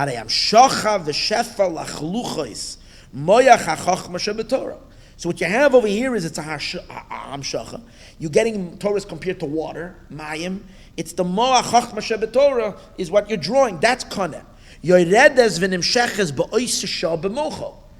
It's God's channel. It's the moach chachma of Torah up there. At this moment, it's channeling down into your physical brain. Through what? That's the kana. The kana is the channel for moach, for brain juice. The brain juice, the waters of chachma flow through, as we said earlier, through the trachea. V'nikra shekana chachma. That's why it's called kana. You acquired chachma. Al derech dugma hakana hagashmi, just like the physical kana. Shamoyle chamashke that leads the liquid. V'alachluchis, and the moisture, hagashmius, the physical moisture, shebamoach, that's in the brain canal. Here you're taking spiritual energy of the divine mochin into your brain. It's interesting, even though you're not yet, he's already referring to it as the function of chachma, as the function of the kaneh, even though he's not yet talking about connecting the moach to the heart. Just the fact that you're perceiving it in your moach is already a kaneh experience. Even though in the mashal earlier, he explained that when you're taking your brain activity and you're connecting it to the heart, that's the moach. That's what the kaneh's function is. The experience of the moach itself is not the kaneh. But over here it seems like, this is what I noticed, that just the idea that you're learning Torah is already kaneh. Why? What's the difference? Because over there, the high point is your brain. Bring it to your heart. Here, the high point is God's brain. the moichin elyonim. So the very fact that you're channeling the Eibishter's mochin, God's moach, God's ideas into your brain, that's already a koneh, that's already a piping of chesed, God's kindness, that He has allowed His wisdom to be able to be understood down here in a human mind. Okay. Now, kamoikein kasher, but that's stage number one. Stage number two. When he takes and he brings the chachma of the Torah that's in his brain, I'm sorry, this is still the first. This is the kana ruchni. This is spiritual kana. Okay.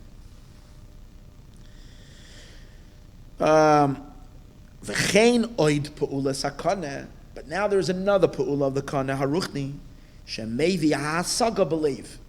What you understand in your brain, you bring it into your heart canal. And where? In prayer as well. Which means we shouldn't think that the kana experience is only Torah. It's also tefillah. But not the fire in tefillah. Not the powerful surgence, upward surge, the explosion, the rapture of the soul where it's getting excited with God for Hashem in a powerful upward surge. Not that. It's that you're contemplative davening. More Chabad kind of davening. Which means you learned something, you learned Chassidus, you put on your tefillin, your talis or whatever, and you stop and you're saying the words and you stop for a while and you're thinking deeply. You're trying to bring the information you have in your mind about the greatness of the God, that you should bring it to your heart, that you should feel it. Your heart should get excited. That too is part of the downward flow of the kana. It's not yet the energy, the blood surging upward. It's still a flow from the brain to the heart. But it's also in prayer.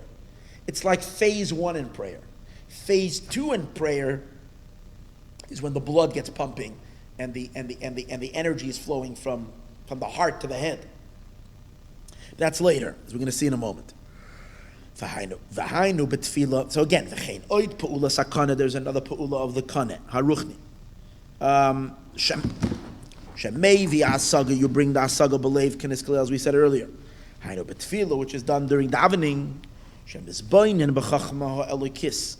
When a person contemplates in the divine, in the godly wisdom, and what do you contemplate? How before God all is not. You recognize that all the worlds and everything that's in it is nothing in front of Hashem. And then a lower level, the Ihu Saivev. Hashem lowers himself down to encompass all the worlds. That's already lowering. Because to God's truth, all of creation, the physical and the spiritual, and no matter how many worlds there are zero. They have no significance at all because they're all created from one tiny little thought of his. One letter, not even a thought. And they're meaningless. He could have created a gazillion other worlds without any effort. So it's nothing. That's the beginning of the contemplation. The next level is Hashem lowers himself down to take interest in the world, but his interest is all-inclusive. So he, in one sweep, he encompasses everything. Sovev kalam, he encompasses.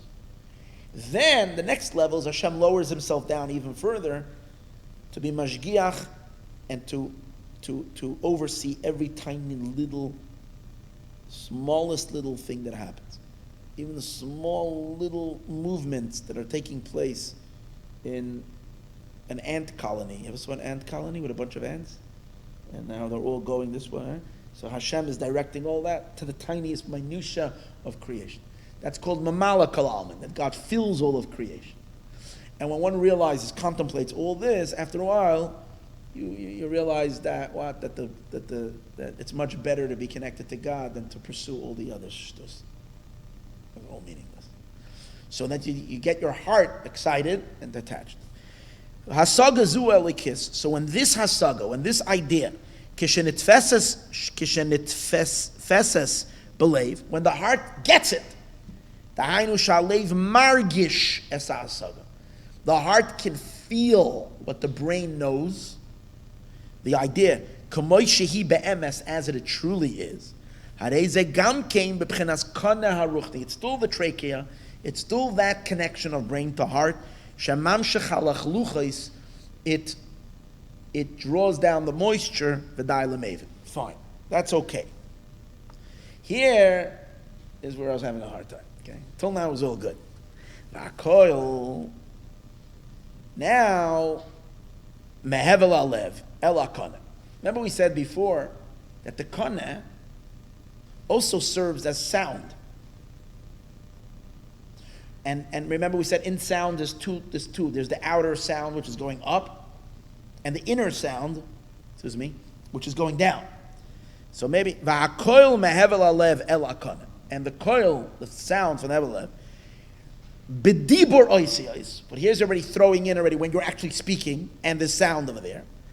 Hare oisiyos hadibur. So these oisiyos of speech, hen shel dvar ha'alocha atzmoi hanikra lechem. That is from the halacha. So you now that's when you're learning Torah, and you're now learning, but you're speaking the words. So those words that you're already speaking is already the Torah as it came down in oisiyos, in words. Before it was concepts. Now, which is the lechem. K'mo shekasav, like it says, l'chu lachmu b'lachmi. Go fight for my bread. Shahachita hu chav beis oisiyos. Like we said earlier. Chita is 22 letters. Kidu as it is known. V'hakoil shel hadibur. But that's the speech itself. That's the oisiyos. And the voice of the speech, in this case, it's the sound that comes from excitement. Because when you're not excited, and we said earlier, even if you're going to talk and you're not excited, then you talk very low. It's excitement, it's the fervor, it's the passion that makes you speak loud, strong. It's the fire. V'hakoil shel hadibur, the koil of the dibur, hu ha'oifa halechem. That's what bakes the bread, lach meshel Torah. So what he's trying to bring out over here is he's explaining you immediately. He seems to be going to what? To which one? After he discussed the kaneh, which is the sar hamashkin, he should have. It would seem like the next thing that he should speak about is the opposite. Which is if he lays it out the same way he laid it out before, he should speak about the vridim, the artery, the blood artery, which would be passionate prayer. But since he's already talking about Torah study, he's discussing a second element of Torah study. And that is going back to Torah study, but when you're not just perceiving ideas, but you're actually speaking Torah. Here you have a combination of the two forces that we spoke about earlier. What's the combination of the two forces? In the esophagus, remember we said, you're taking bread, and what's bread? Bread, he said, it comes from chachma. That's why children don't know how to call the parents until they say Abba, until they eat grain. So that's chachma. But you put it but it turns into blood, which is the gevura. Or you bake it in an oven. You apply the fire to the bread, and then you turn it into bread. You apply the fire to the dough, which comes from the wheat. You blend the gevura and the chesed, chachmas, and that's how you have the bread. So in this case, it's the second stage, not just conceptual Torah study, but actually studying Torah in words. So now the subject matter of what you're learning is again coming from Chachma, but your passion in what you're learning, and that's the koil, because the passion is what creates you. See, like I'm speaking loud now because I'm passionate, right? That koil, that voice, that energy, that's emotion. That's emotional energy. That's why my daughters always say to me, my intellectual daughters, they say to me, "Ta, you're not an intellectual, you're an emotional." I'm like to say, I'm learning Hasidus, Chabad. They say, even when you learn Chabad, it's Polish. My kids accuse me of that. Like, it's not pure Chabad. It's like they're passionate. It's a hybrid. It's good to have a little hybrid. In any case, the passion creates voice. So when you apply the coil to the letters, you bake the letters. Because if not, they're unbaked. If you just have, that's why if you have someone who's teaching and they're not passionate, it's unbaked. It's unbaked. It's not warm and it's not delicious, right? It has to be warmed up. It's like getting a nice, good. The guy is over here from the bakery, so he makes me happy. It's like getting a good, warm cinnamon bun. When it's hot still. So you have to get it hot. The heat is there you go. It's milchik again. The coil, the sound applied to the bread, to the wheat, that's you have the combination of chesed and gevura together. Right? V'hakoil shel hadibur ha'oifa halechem is what bakes the bread. Lach mishal Torah, the bread of Torah. Liyoisei kolol mechesed u'gevura. It's included chesed and gevura. Ma'hakoneh, from the koneh. V'haveshet. Now the interesting thing is, it would make sense. The word that I would substitute over here is me'hakoneh v'havridim. Why? Because sar hamashkim v'sar hatabachim. In other words, it includes from both sides. The gevura is not the veshet, is the veridin that's going up. The koneh is the down. The veshet has both. Here he says, this is what's throwing me off. He says koneh and veshet, saramashkim v'sar hatabachim. But earlier he explained that saramashkim is the koneh, sar hatabachim is not the veshet. Sara oifim is the veshet. Is the esophagus. Saramashkim is Saratabachim is the veridim.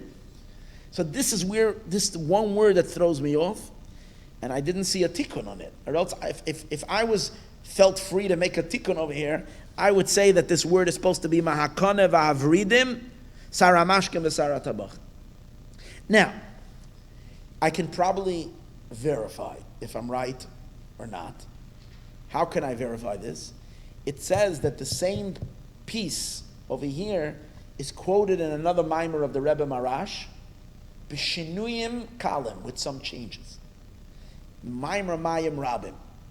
But I don't have the mimer Mayim Rabim over here, so I couldn't look it up to see. I wanted to verify. Because if in that mimer, the shinuyim that there are might change this, I found that at other times. That you look in another mimer when it's quoted again, and there's a little change, and then it takes away all the kashas that you have. I saw an interesting thing. The Friediger Rebbe once gave out a mimer, and Rebbe Avram Paris somehow was the one who copied it over, did something. And in the process of the copying, he put a completely wrong word or line at the top. I don't know what it was. And the Hasidim were racking their brain to try to figure out what's going on. They couldn't figure out the Hemshech. Something was wrong. And then later they found out that it was a mistake that Avram Paris did.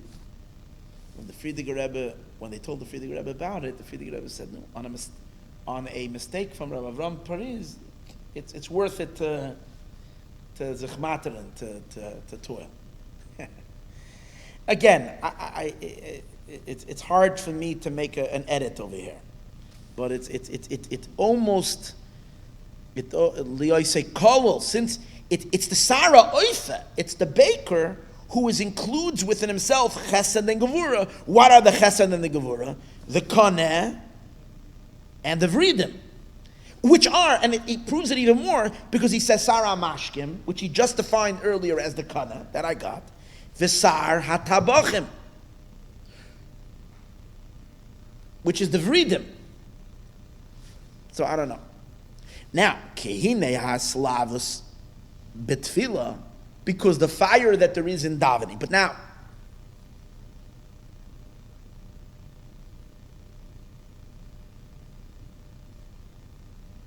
kineis. But who's the sarat habachim? But what creates that coil? What creates the coil? No, the coil initially created by Moyach, but coil is also, as he said earlier, it's from the Hevel Alev. It's from the emotion. And suddenly he's bringing us to his slavos betfila, which is the veridim. Kinei Eslavos betfila, the fire that there is in tefillah, mitzad bina, liba, which is coming from the bina, which is the heart. Zeu knei bina, which is the knei bina, shehi averidim, as we said earlier, which is the veridim, keniskliyahu. The hevel akoil min alev, and the hevel akoil that comes from the heart, kolol mishneim, from the knei chachma and the knei bina, together create that koil. V'hu sara oifim, and that's the minister of the baker minister. Hinei mitzad ha'aslavus shehi b'chinas halos man. So from the fire that you have during davening, yavai toisves chizuk l'moichin, intensifies the brain. Because here's the thing, in order for the mind to be able to conceive new ideas, the mind needs to warm up. It needs that passion. So that's what it means, that the heart intensifies the mind. Which is the veridim. So Valderech Zeh Yuven Gam came B'Kedusha Elikis will be in the godly holiness. Inyan Gimel Sarim Elu, these three. Sara Mashkim Hainu Inyan Oiraisa. The idea of the Sara Mashkin is the Torah, the Mechachmi Allah Nafkis, which emerges from the supernal Chacham. V'ubchinas Hamshachas HaChasadim, which is a flow of Chesed, the Ramach Mitzvah Saseh. What he's saying is, till now he spoke in the soul. Now he's speaking in the greater divine structure.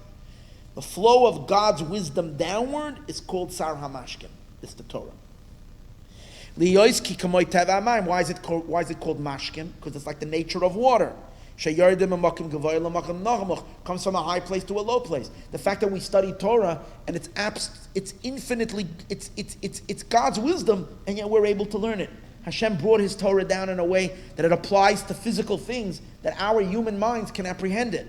So what is that? That's because it's like water. It flows from a high place to a low place.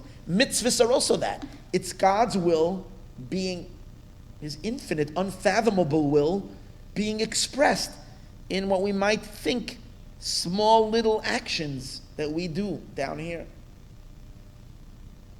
In this little miniature world. The fact that the supernal Chachma comes down, the Erech Anpin, why is Chachmi Allah, meaning, I guess he means Chachmi Allah when it's still in Keser. Liyos mistaf memenu Chachmas HaTorah, that it should come down from it Chachmas of Torah, Beramach Mitzvah Saseh, in 248 positive commandments, Shem Chinas Hamshachas Elikis, this is all drawing God down, Momayel Olamata, from up down, good, Vahaveridim, and the arteries, and Shasaloy Saseh, these are the 365 prohibitions, Shehein Menias HaShefa Lechitzainim. What do? Is the arteries, what do blood vessels do?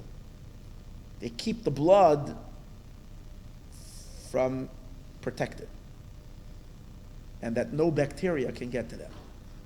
It's a safety corridor for the blood to flow.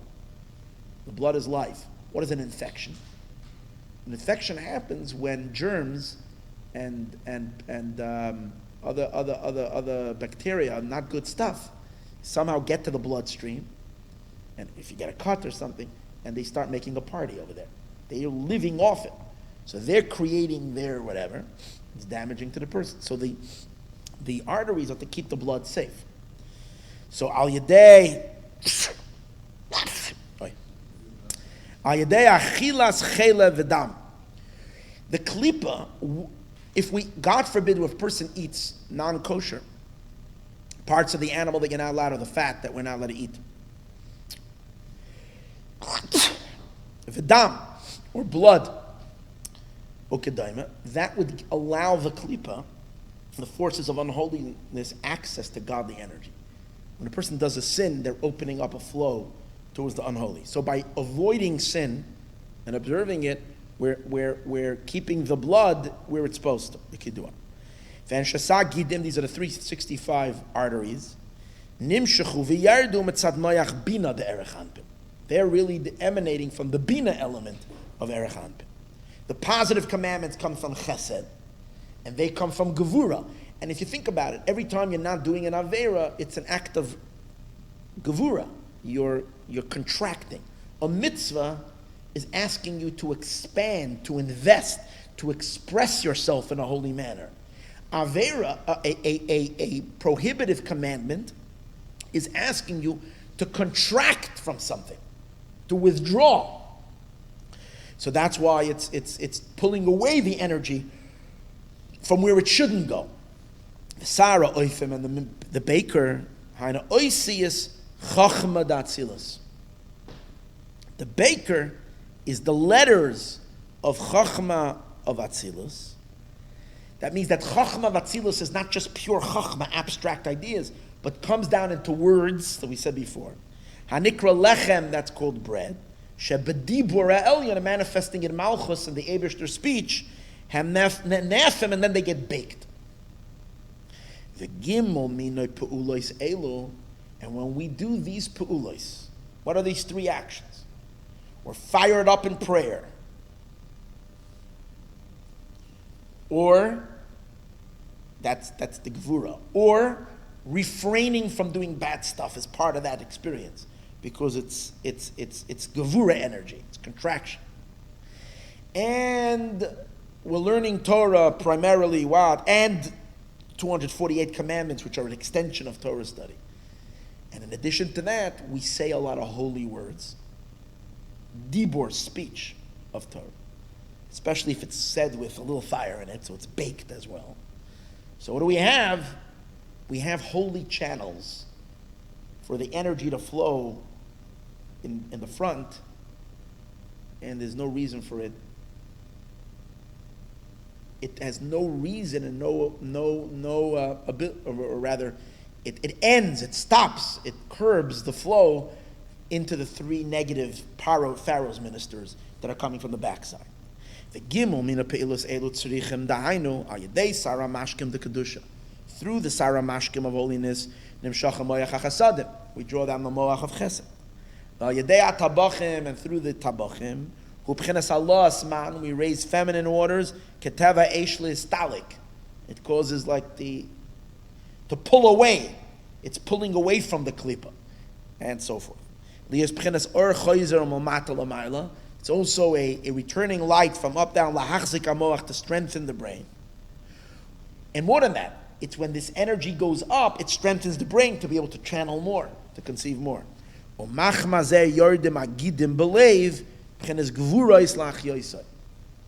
it's a little hard to figure this out. It's or choizer lahachzik amoach umachma zeh yordem agidim belev b'chinas gevurais lach yoisai. I don't know. The main chayas comes from Gevura Davka, through the baking, Nasa Kolzad. This does it all, because it's the mediator. Again, we could avoid all this trouble by learning the mimer over here, because he doesn't even go through this. He's just very simple. 3 channels, and that's the way it happens, and Zahuzet. But you get the gist of it. Exalting God is in their throats. What does that mean? Begarin, where is the place of these 3 pipes? They're all in the throat. Hamakane, the trachea, Vaveshet, and the esophagus, Vavridin. Gimel Sarim, the Kedusha Hanal, they're all in the throat. Exalting God. Hainu B'chinasa Ara Pnimius, the Yar Hashem Panam. Roim Moiskel means you want to get the Hashem, as Hashem is in a state of exaltedness above, that he should direct his roimamus and his pnimius of interest down into the goron, into the throat.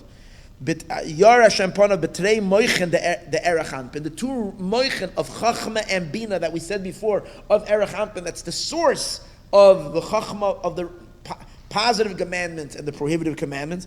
Hanikra Kale, which they are called Kale. He doesn't give an explanation over here why the Trei Moichen of Abba and Ima are called Kale. And I think I remember seeing something about that, but let's leave that. Through the 2.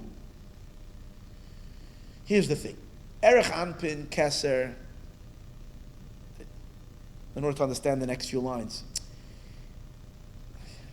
For Hashem to get engaged with the world, in a sense, if we don't work hard, the natural default state is the klipa way.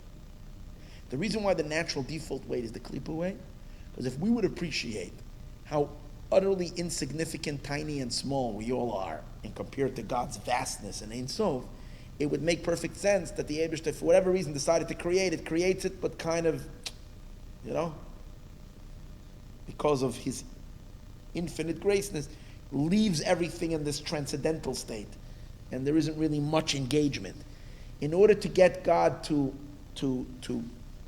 channel into holy and into right places, it requires what we said before, Hashem to be engaged and be involved. And that requires an incredible tzimtzum. Let me explain that.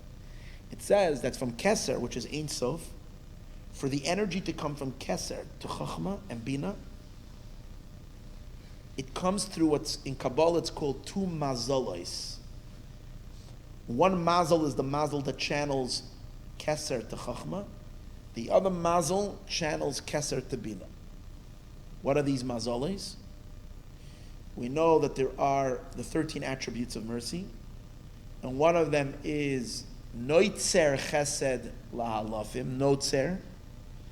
Notzer is channel number 8, and Venake is channel number 13. Now these two words, Noitzer and Venake, so Noitzer is the channel from Keser to Chachma, and the channel from Keser to Bina is Venake. Now watch this. The word Noitzer, if you rearrange the letters, you get the word Sinor. Sinor means a what? A pipe, a channel. Now, it says that these two mazalos are considered two hair strands. Imagine if you had to take your entire self, everything about you, and your entire persona, and your entire interest and everything, and channel it through your hair. Not all your hair, one hair. Because we all understand and appreciate that how much energy of ourselves lie in one hair. Your hair is plugged into your brain. It's obviously, and your hair is alive, because if it wouldn't be alive, it wouldn't grow. The hair is alive. But it's so minute that if you cut it, or if it falls out, you don't feel it.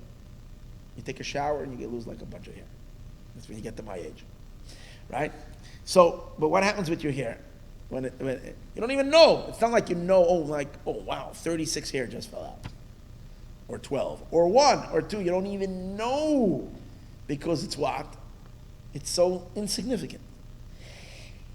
The entire Hishtalshalut, Chachma, the entire world, Torah, mitzvahs, and all this whole system of creation, compared to the Ein Sof, is insignificant. So for him to channel into it is to be powerful contraction through a hair.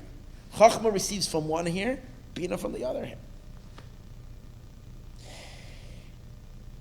And that's why we know it takes work to make God be invested.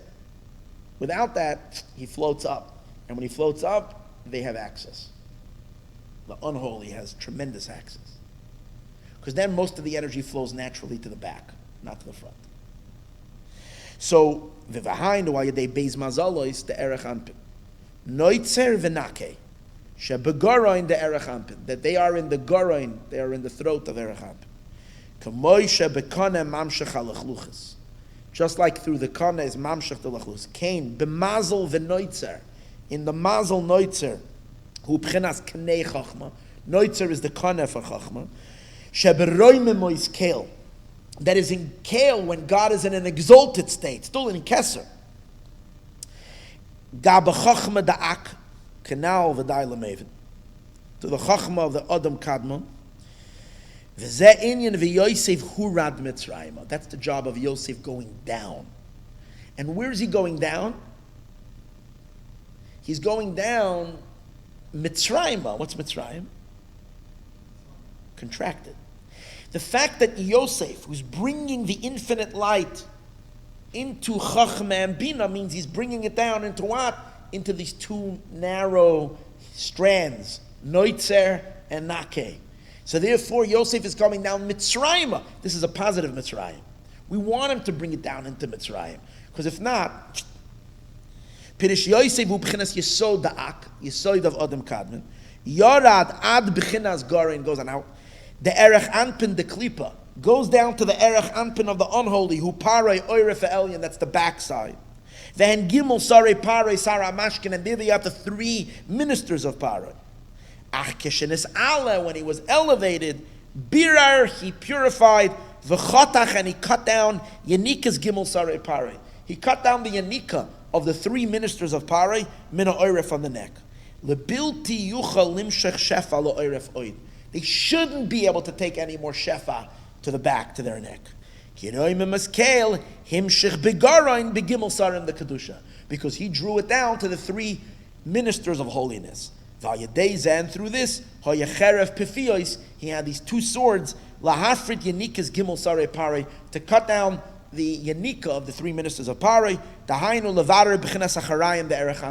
to do a bitter in the backside of Erechanpin Kiniskliel.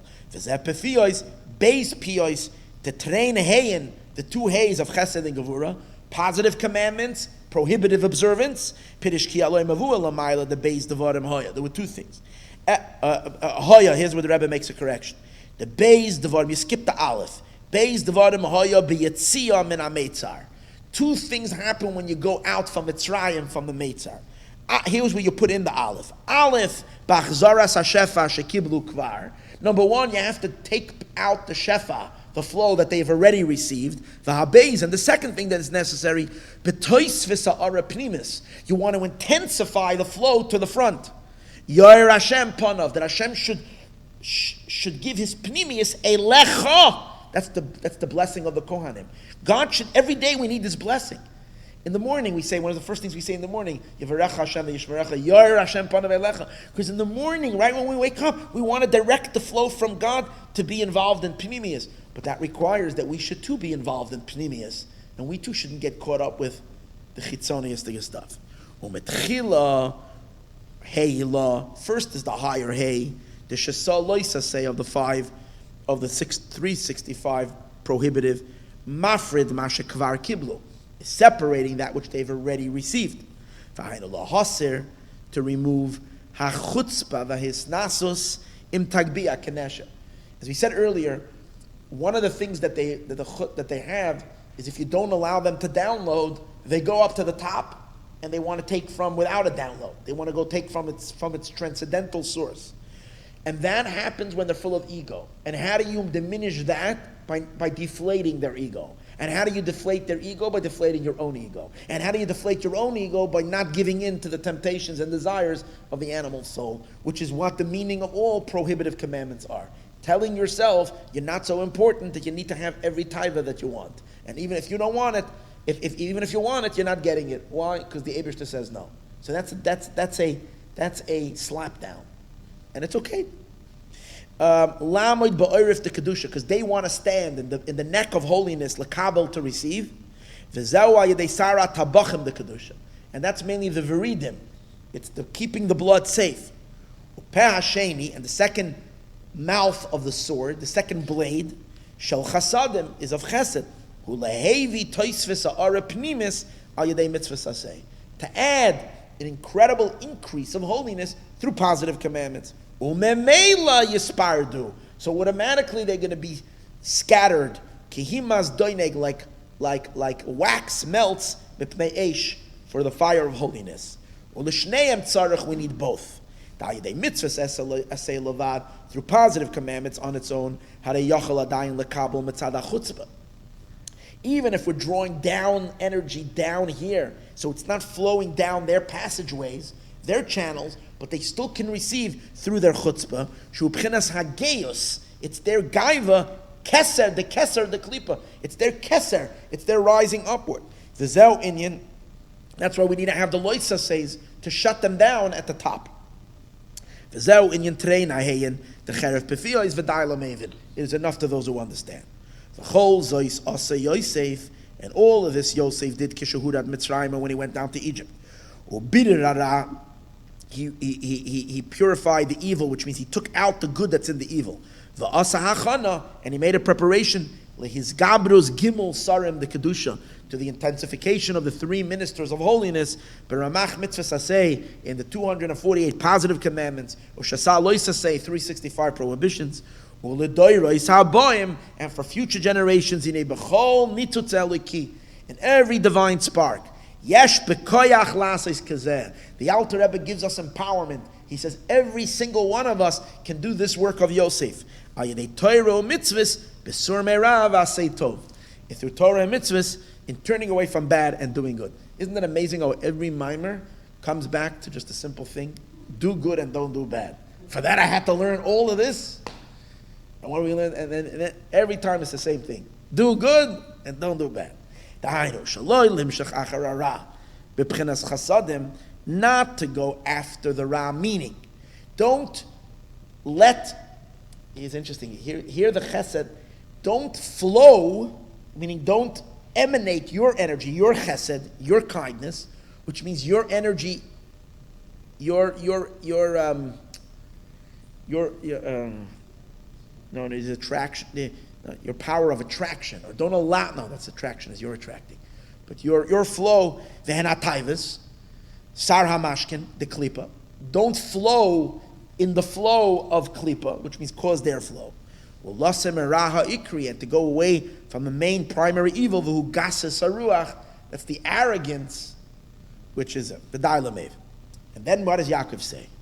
Asher lakachti, that I have taken miyada amoiri, I took it from the Amorites, becharbi, with my sword. Hine klipas amoiri. So he's going to designate from all three of them.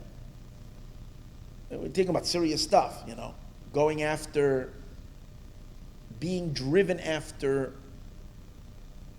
that which we shouldn't be involved with, allowing our energy into negative things, and arrogance. But the worst of all three things is the wasteful words and letters of thoughts and speech that are just, and you realize that's our biggest challenge, because that's what the klipa gets us, more than anything else. Bombarding us with words, with unholy words. And that's Amoiri, that's the Sarah Oifem. Because you know why that's the dangerous one? Because he has both, Chesed and Gevurah together. Hine klipas Amoiri, hu mebchina Sarah Oifem the klipa. He's the Sarah Oifem of klipa. Shu adibur ba'oisios va'amira b'leiv. It's two things. It's speech in speaking, but not only speaking in words, it's also thinking in the heart. U'b'moyach hu oisios machshava. And in the moach, it's the osius of thought. Latamu, if you she'ikar hashvira the zayin malachim, the reason why the klipa is so strong in this area is because the main shattering of the vessels of the seven kings was in the malchus of each level. And malchus is oisios. It was mainly in the world of speech, in letters. Shehena kelim, which are the vessels, ki ha'oros lo nishbaru, because the lights didn't break. The energies didn't break. It's the kalim, and kalim are oisios. When you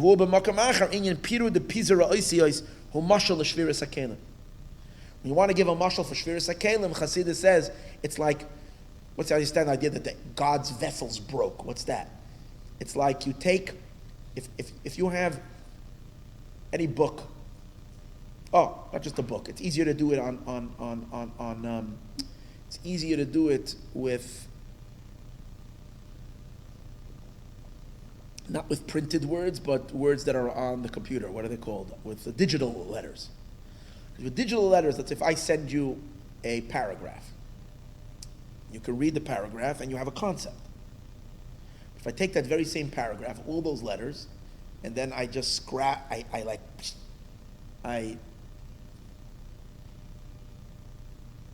take the letters and I scatter them. And each thing is a different letter on each. So then you lost the whole concept. The energy went away, and all you're left with is just letters that are meaningless. Even though these are the very same letters that when they were put together in the right order, they facilitated a concept, an idea.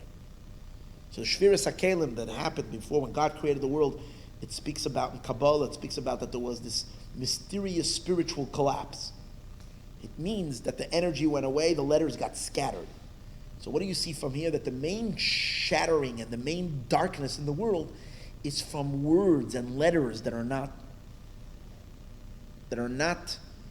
hosting something positive and godly. Obviously, if you have these floating letters, they're going to get together and get married with the wrong letters and join together this and create negative ideas, stories, and whatever they are. These are all these letters that are. The main klipa is the letters of Amoiri. And that's why the sages say, simin l'shtus, the simin for stupidity. You want to have a sign for stupidity? Milin, words. Basically, stupid people talk a lot. That's what it means. Where there's more, in wisdom, there's less speech. If you speak, words are few. A lot of words. V'rabbis machshava is the kedusha. But when you increase the thoughts of holiness, ba'oisiya is dibur machshava b'dvar halacha. When you create holy sentences of dibur machshava and halacha, nikra lechem, that's called bread, which is called bread, kniskliel. That's called, and we say, Rabbis machshavos belevish. That's all the constant thoughts. And Atzas Hashem, he talking. Atzas Hashem is what? V'tifar machshavos amim. What's Atzas Hashem? Counsel of God is Torah. That's what counsel of God is. And I think this klipa intensified in the last years much more than ever before. Because it used to be when you went to work, or no matter what you did, you were occupied in a certain action. So if you had some company, had some people, so you would talk. I'm not saying you didn't, but now it became a situation that the barrage of words are non-stop, because that's what this phone does. Like this, a person was walking on the street. You went on a walk, you went on a hike, you went somewhere. You were freed from this. If you didn't have now it's a non-stop infiltration of letters constantly. And that's the Emorite. And when we feed into this, Osios, when we support it, and how do you support it? By allowing these words to flow in your mind. And it basically, here he doesn't say it so strong. Let me read it to you from the mimer over here. It's very, very strong. He says over here, hold on.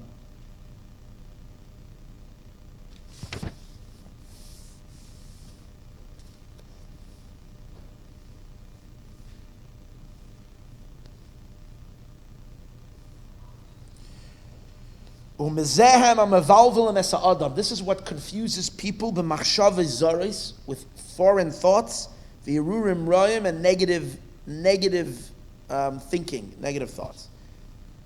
The Yosef shehu Mishem Mashu Atikun, he was fixing the Amoiri. Okay, and this is what it says: Rabbis machshavos ki Hashem heifer atzas goyim hu Amoiri. The atzas goyim. This is the Amoiri shemeshviras hakelim.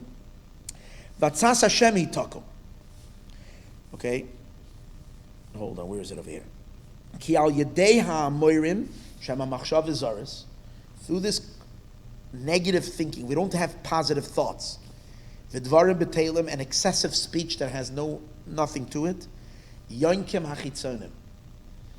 All the powers of the unholy derive their energy from our negative thoughts. So we think like there's evil in the world. Who's making them? It's creative.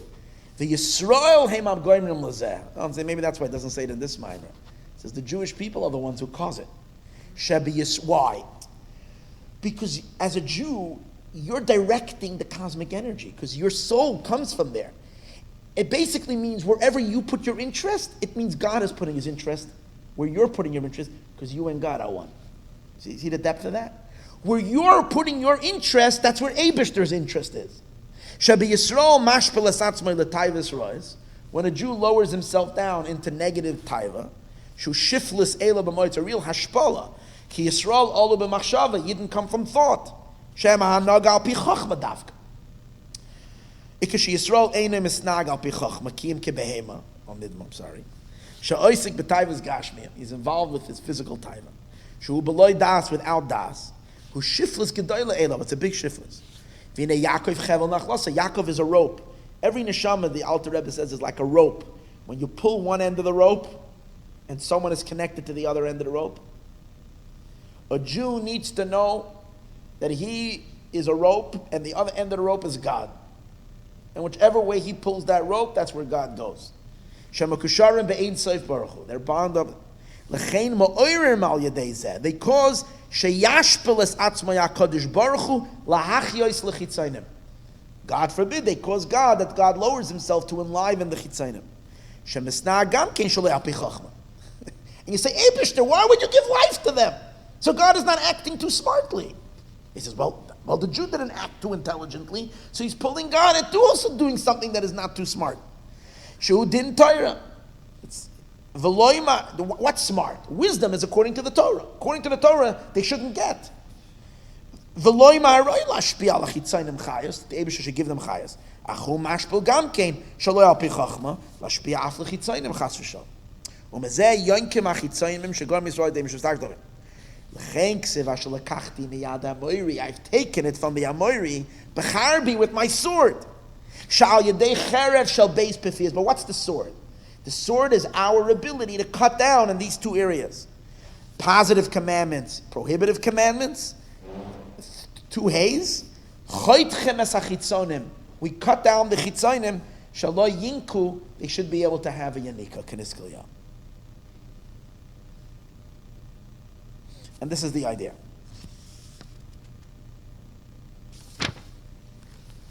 So now, the alkane ikara klipak. Okay, here. Ki shem ma ki atzas Hashem utokim v'tefer machshavos amim ki shem ma u'mavar v'hainu b'chochma d'oraisa ki b'chochma shebedibur dafke is beriru. When we do chochma, when we speak halacha.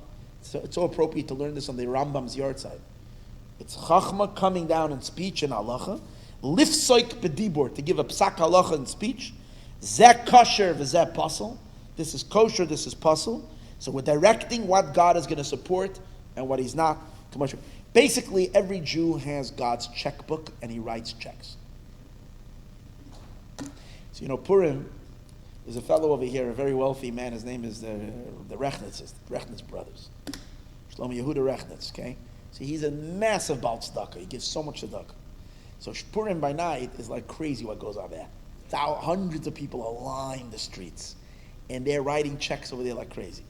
So it used to be that he used to give these checks. Now he has his son. He's not even there. His son-in-laws, and he has more than one son-in-law. They sit there with checkbooks. And they're writing, it's like, and they're writing out serious money. People can get, whether you're getting 100, you're getting 500, you're getting 1,000, you're getting 7,000, you're getting 10,000. Checks are flying like crazy. I mean, obviously there's a cheshbon that he's not giving to anybody, whatever, but based on whatever. But, and they're saying they're writing the checks. And the Eibishter gives every single one of them, us, his checkbook. They write the check. So whatever you support, if you're putting your mind into shtus, then you're supporting the shtus. So you're causing a check to be written to those forces of shtus because you're supporting them.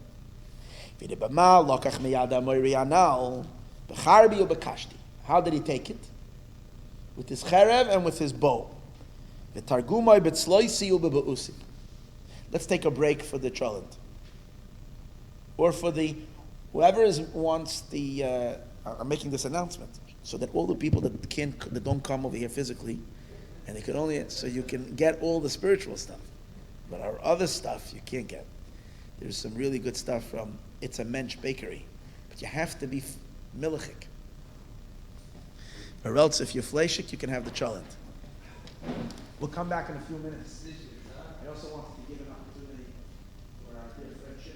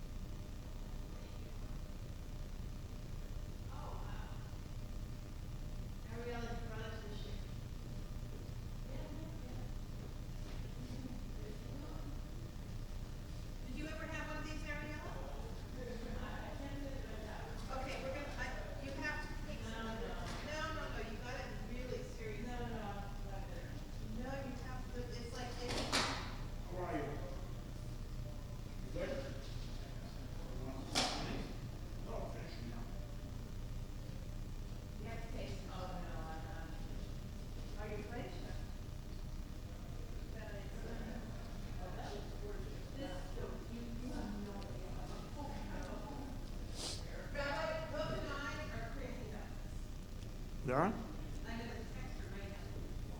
Tell her to come to the shir next time.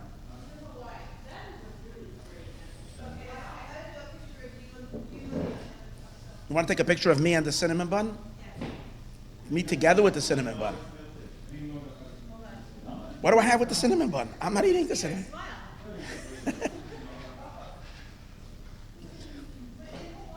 For me, the cinnamon bun is right now a mitzvah. For me, the cinnamon bun is right now a mitzvah. The mitzvah I have with the cinnamon bun is not to eat it.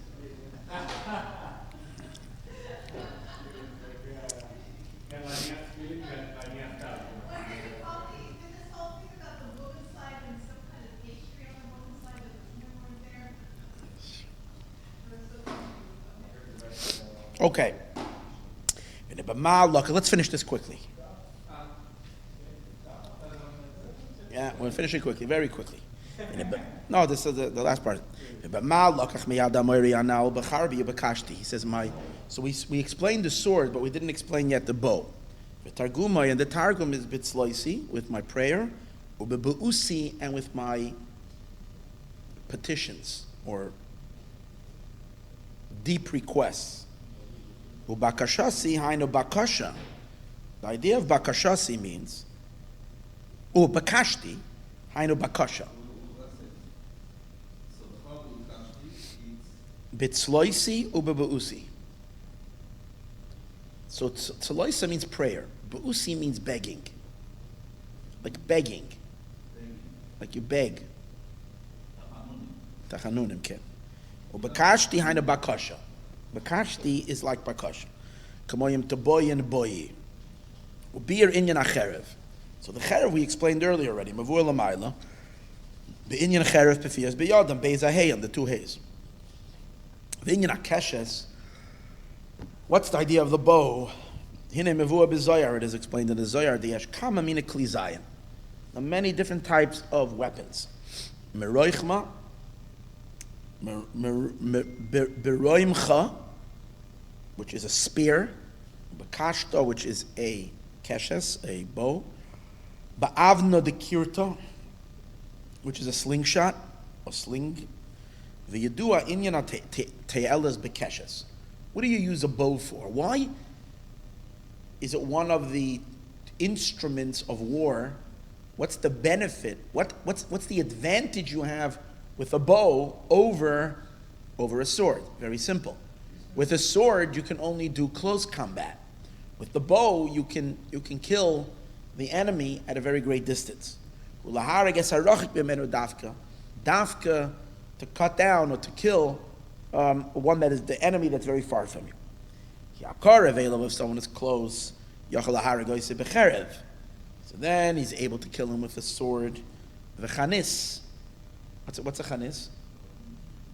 It's a type of spear, yeah? Because earlier he used spear, he used a romach, same idea. Okay, yeah.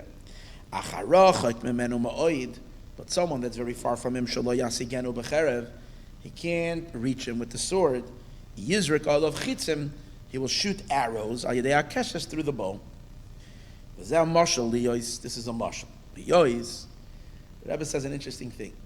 There are certain klipot, certain forces of darkness, which are very, very distant, which means a person is not conscious of them. Because when you pray, when you daven, and you watch out from the loisa says, there's certain things you can be aware of. There are certain subtleties that are so removed, and they exist, and they hold a person in a dark place, but you're not even aware of them. And that means that they're makif, they're far. Now we find that when the Jewish people were conquering Eretz Yisrael, Hashem says, I'm going to send a certain kind of bee. And those bees are going to get rid of your enemies that are hiding from you. The ones that are open, you can beat them in battle. But I'm going to send these poisonous bees. Rashi says they would go and blind them. They would bite them and then blind them. Even those that are hidden from you. But it says an interesting thing. The pasuk concludes, Ki Hashem Elokecha, because God your God, Bekirbacha, He's amongst you. Keil Gadol v'Noira, He's a great and awesome God. Which means, that in order to be able to kill the hidden enemy, you need not just a god, but you need him to be great and awesome. So what does that mean? In order to get rid of those that are hidden. Because God is great. The idea is, the yesh beis mine klipos. There's two types of klipa. A person can sense it. You have an impulse, you have a desire, you have wants, you have ugly things, you have rage, anger, animosity, all these other things that you can identify within oneself. Arrogance,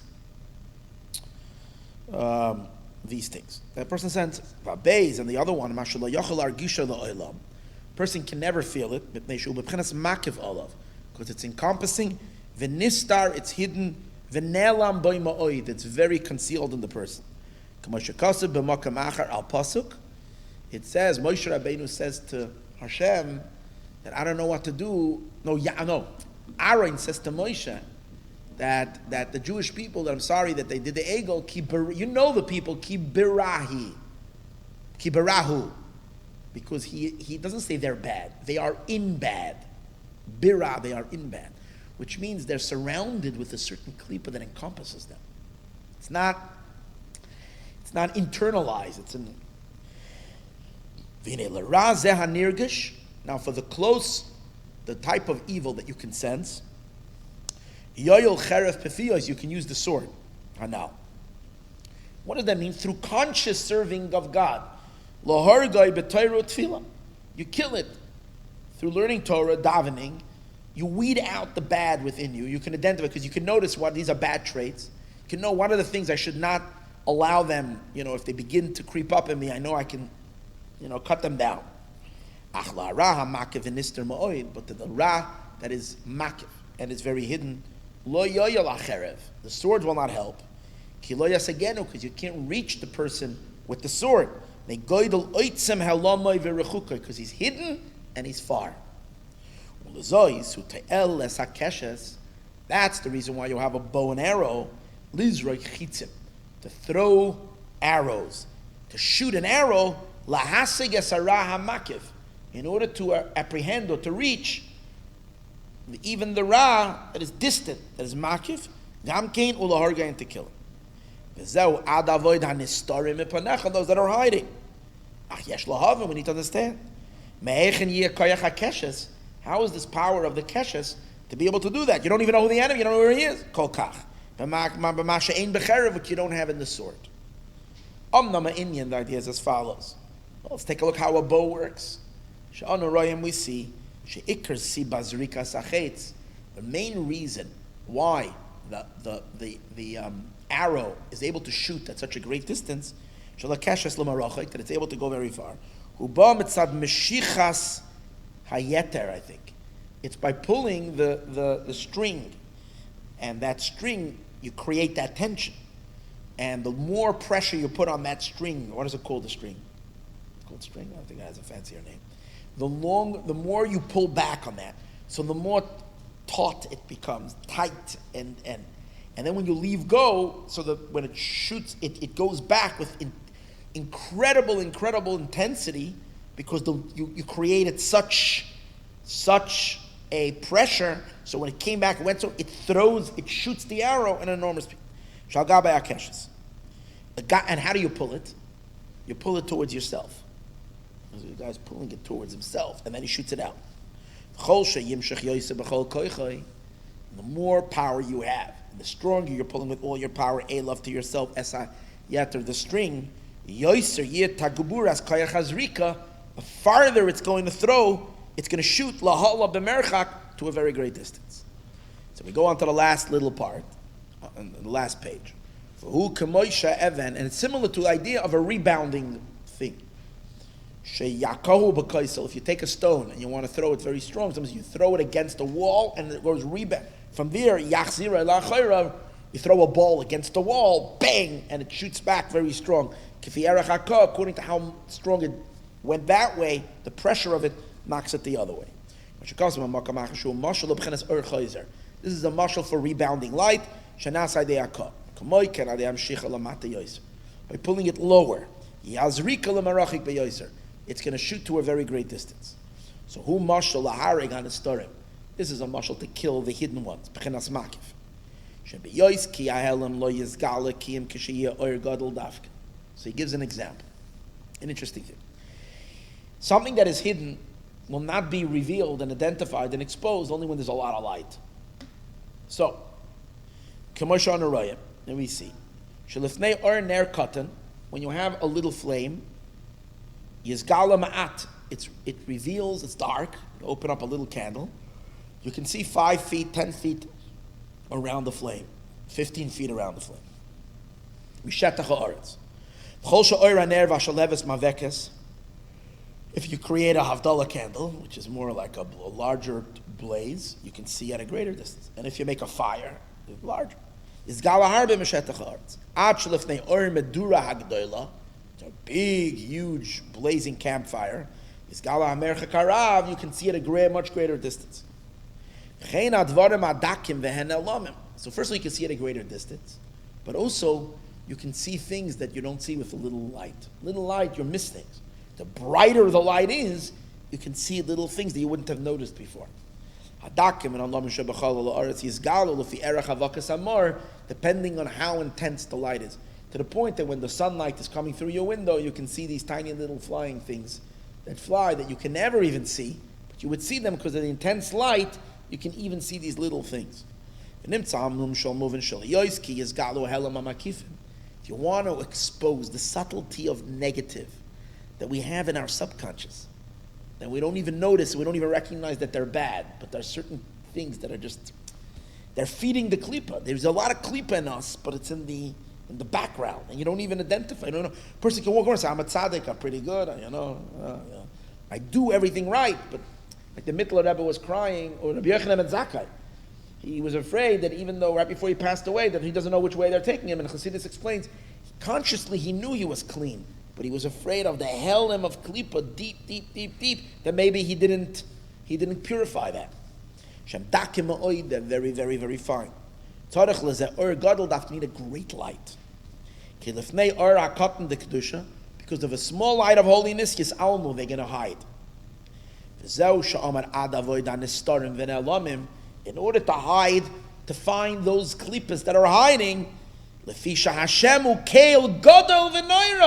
God can make a huge light because He's huge. Meaning, because you're drawing down from God's, not from Hashem. You're drawing down Gadol v'noira, Hashem's a madrega of a lakus that is so high, and it creates such brightness that it's going to expose even the little klippas. In Chassidus, it says an interesting thing. When we daven Shemona Esrei, we say Slach Lanu. So the question is asked in Chassidus, why do you say Slach Lanu in Shemona Esrei? When Esrei, you're standing in front of the king. When you go to a king, you want to clean yourself. You don't start cleaning yourself in front of the king. You clean yourself. So you say Slach Lanu before Haidu. And then and the answer is, of course, you're supposed to do tshuva before davening. That's what the Atikan Chatzais, and today's is Krish Mishalamita, and even before Einayim L'Mispal, you're supposed to have a mikvah, a cleansing, a purification. But there's a lot of negativity that you don't even recognize in the beginning, so you don't know what to do tshuva. But once one purifies themselves higher and they come to a higher level of sensitivity and a deep connection and appreciation of who Hashem is and so on and so forth, during davening in a deep place, then you start noticing certain things that you would have never even noticed as sin. You don't look at them as bad. But now you realize that the way you treated this person was not, it was good, but it wasn't. Or the way you did so, the way you made the bracha was not. So you can only do tshuva on them only in that high sensitive state of Shemona Esrei. So then you can say Slach Lanu. Which means you need a greater, higher consciousness to even expose these more subtle impurities that you wouldn't notice without, yes? There is people that have this high connection and tzaddikim and stuff. Why didn't they put it in the Lach? Why didn't they what? They know they are not purified those tiny things, because they have. Yeah, but there's those tiny things. It doesn't mean that for everybody it's a sin. It means that for a regular person, these things are because you have bigger things to deal with. and you deal with that. But a lot of times there are certain behaviors that are okay according to halacha, but for someone on a higher stature, they shouldn't do it. It's like you say lefnim mishur asadin, things like that. Right? These are not halacha. Yeah. Yeah. Like by Chassidim, it's like even permissible things are not okay, unless it's used to serve God. That's a higher sensitivity. You don't expect that from everybody. For most people, you say it's good enough if you keep observance, what you're supposed to. Like, you're going to start giving him. So there's madrego. So once a person reaches higher, then it doesn't mean that it's not a klipa. It's a klipa, but it's like you're not ready for that yet. But then, Pirish oir gadol ma'oid, a much greater light, ma'ares hakadusha, from the radiance of holiness, hanikra gadol v'noira. That's called gadol v'noira. Oz yoivdu, then it will be destroyed. Gam and estara v'mcha. Also those that are hidden from you. K'rei yizgalum in a helim, that it's peekaboo, you can catch them. They're revealed. Mipnei oir hagadol, the greater light will reveal them. B'dai l'mev. But how do you create that great light? How do you create that tremendous illuminance that you can detect even these small? How do you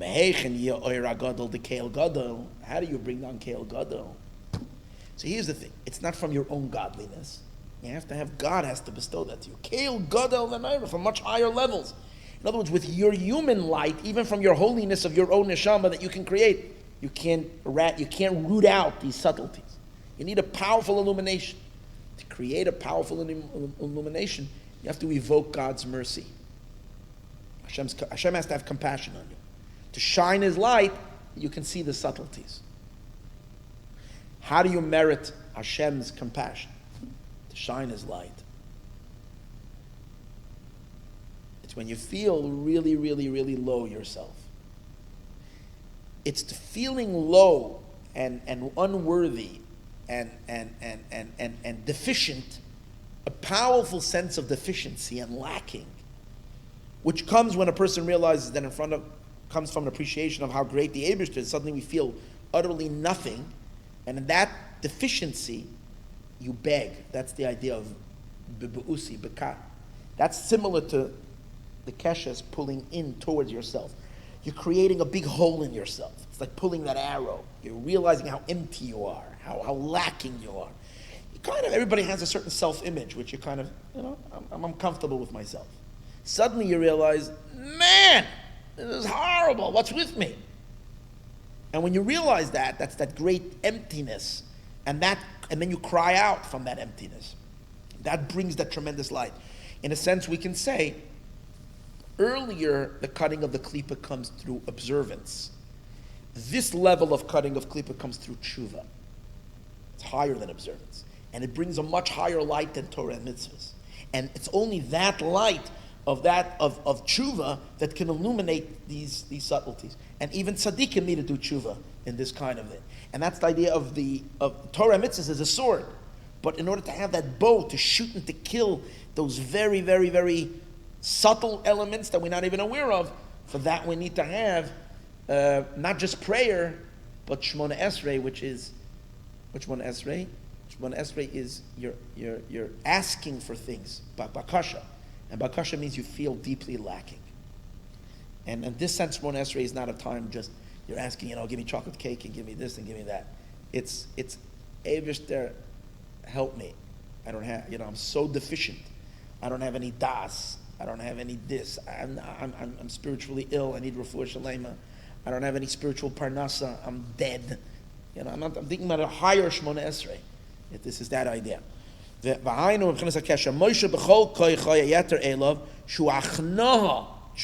hachna. Hachna means submission. And feeling and lowering oneself down to the strongest point. B'merirus atzom, with a powerful bitterness. That means you're calling me mamakim from a deep, low place. You say the more you pull it this way, the higher it reaches that prayer. It evokes from a much higher place. With a much greater light. The Yud Gimel Midas Harachamim. 13 attributes of mercy. Makar Kala Makifim. The source of all the makifs. Ki kol rachmim rabim lo nimshechu ela yedei hamarirus. Because all great mercy is only drawn through bitterness. Momata lamaylo. When you feel bitter, kasher anu oimrim berachamecha rabim rachem aleinu. Right? B'merirus v'shiflis atzum.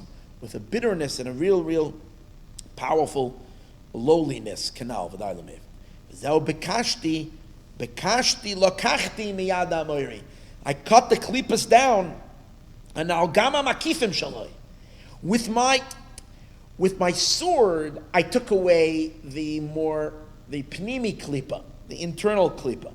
But with my bow, Yaakov says, I was able to shoot down, and Yosef has that power now to be able to shoot down even the makifim of the klipa. I've taken from the Amori all of his power. Which the sword doesn't have that power in this kliya. Like the Targum says, bibi yusi, dahainu habakasha. What does bakasha mean? It's begging, b'merirus v'shiflis atzum, with a bitterness and a very strong sense of loneliness. Shehu mashal the meshichus hayeter. It's the mashal of pulling that string, shegoyrim b'chenas or chayzer, which causes that rebounding light. Keniska lamel v'day lemavin. So don't feel bad if you don't understand the mimer. Because the Alter Rebbe says it's enough only to those that are mevinim, and we're not such mevin. That he shot them down. Oh, it's funny because by Yosef you see that he killed the Sarah Oifim that you see, but where do you see that he knocked the Makifim out? That's a good question.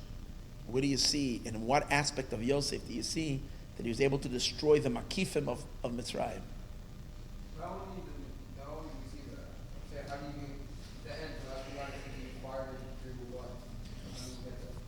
No, by Yaakov Avinu, it says, Ashalakachti miyad. He says, I'm giving you.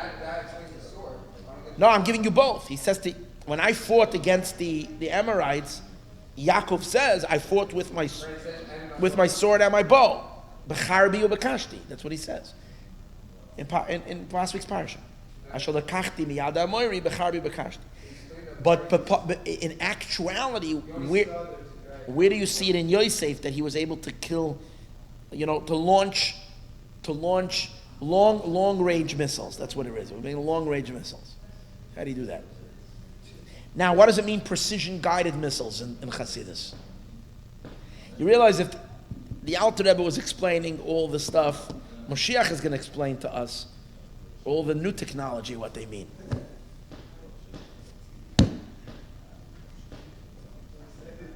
What are bunker busters? What are bomb? All these things we need to have. We need new Chassidus to update us on today's. Yes.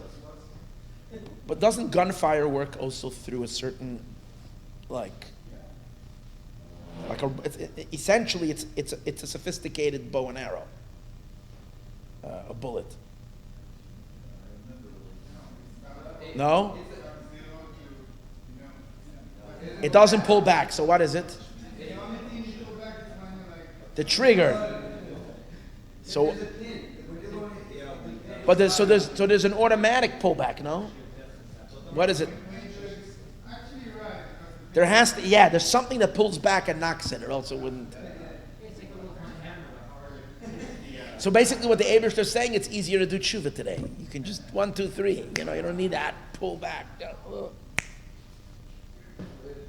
And more power.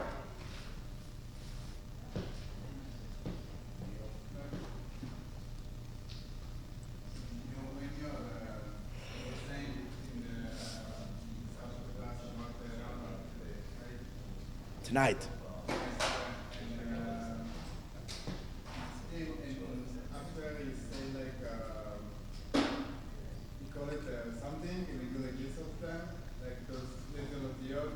Yeah.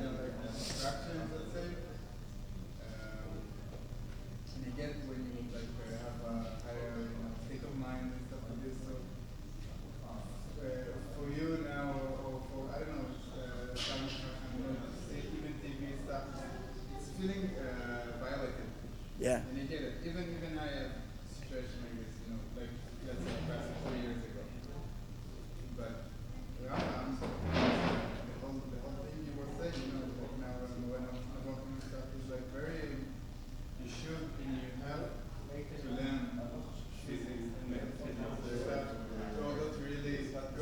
about us inside. Is it still working? Yes. Yeah. You want to sing for the No. for the camera? Do you want to live in the freezer? The milkshake? Yeah. Yeah? Take one. No. No, I'm saying I'll put away. I'll take one for my wife home. Okay. No, I think somebody told me, I didn't try it myself, but you can put in the freezer, and you take it out, let's say, Put it in the night, toaster. or no, I don't know. Yeah. Whatever. Your rabbits and Yeah. probably know all the tricks. We'll figure it out. Thank you. Thank you. Yeah. Thank you so much. So what are you saying? You're saying that the Rambam does say we should. Yeah. But with but with purposefulness, not being in control over that, not allowing it to like boom, boom, boom. What's today's klipa? What's the worst part of today's klipa? The worst part of klipa is the Amoiri is not so much that you read something. It's that when you're reading any page, it gives you 20 suggestions. And automatically you're like, oh, so I got it from there, from this page. No one goes to any like non-kosher pages. It's all like this, and from there to book. Before you know it, it'll drag you in. It's the icy, the Amorite gets you from boom, boom, boom. Is it more subtle? It's more we're being attacked by it, much more than yeah. As opposed to you're saying, you know what, I'm going to study physics. That's a different story because you're premeditated and saying I'm gonna, as opposed to yeah. You know what's yeah. But it's almost like there's a bunch of klipas that are like fishers and they stand around us all the time saying, and they go, got him, and they keep on throwing these things in front and they're baiting all the time and they're waiting for you to like, oh, he's biting, let's give him lunch. You can see all those klipas. We can make a cartoon of this. They're all sitting over there and they're throwing out their cast, and they're waiting. And they're saying, okay, I think I got one biting. Okay, let's see if we can reel him in. Sad. Yeah. I just saw a funny cartoon. I can reverse it. You have a fish doing the fishing, and the humans like trying to bite the bait. I like the idea though. You said that since you did, I said that Torah you did Hashem all once. Wherever you put your effort, Hashem will be there. That's it. Yeah. Okay. Thank you for coming. See you all. What's your name again? Don, I know.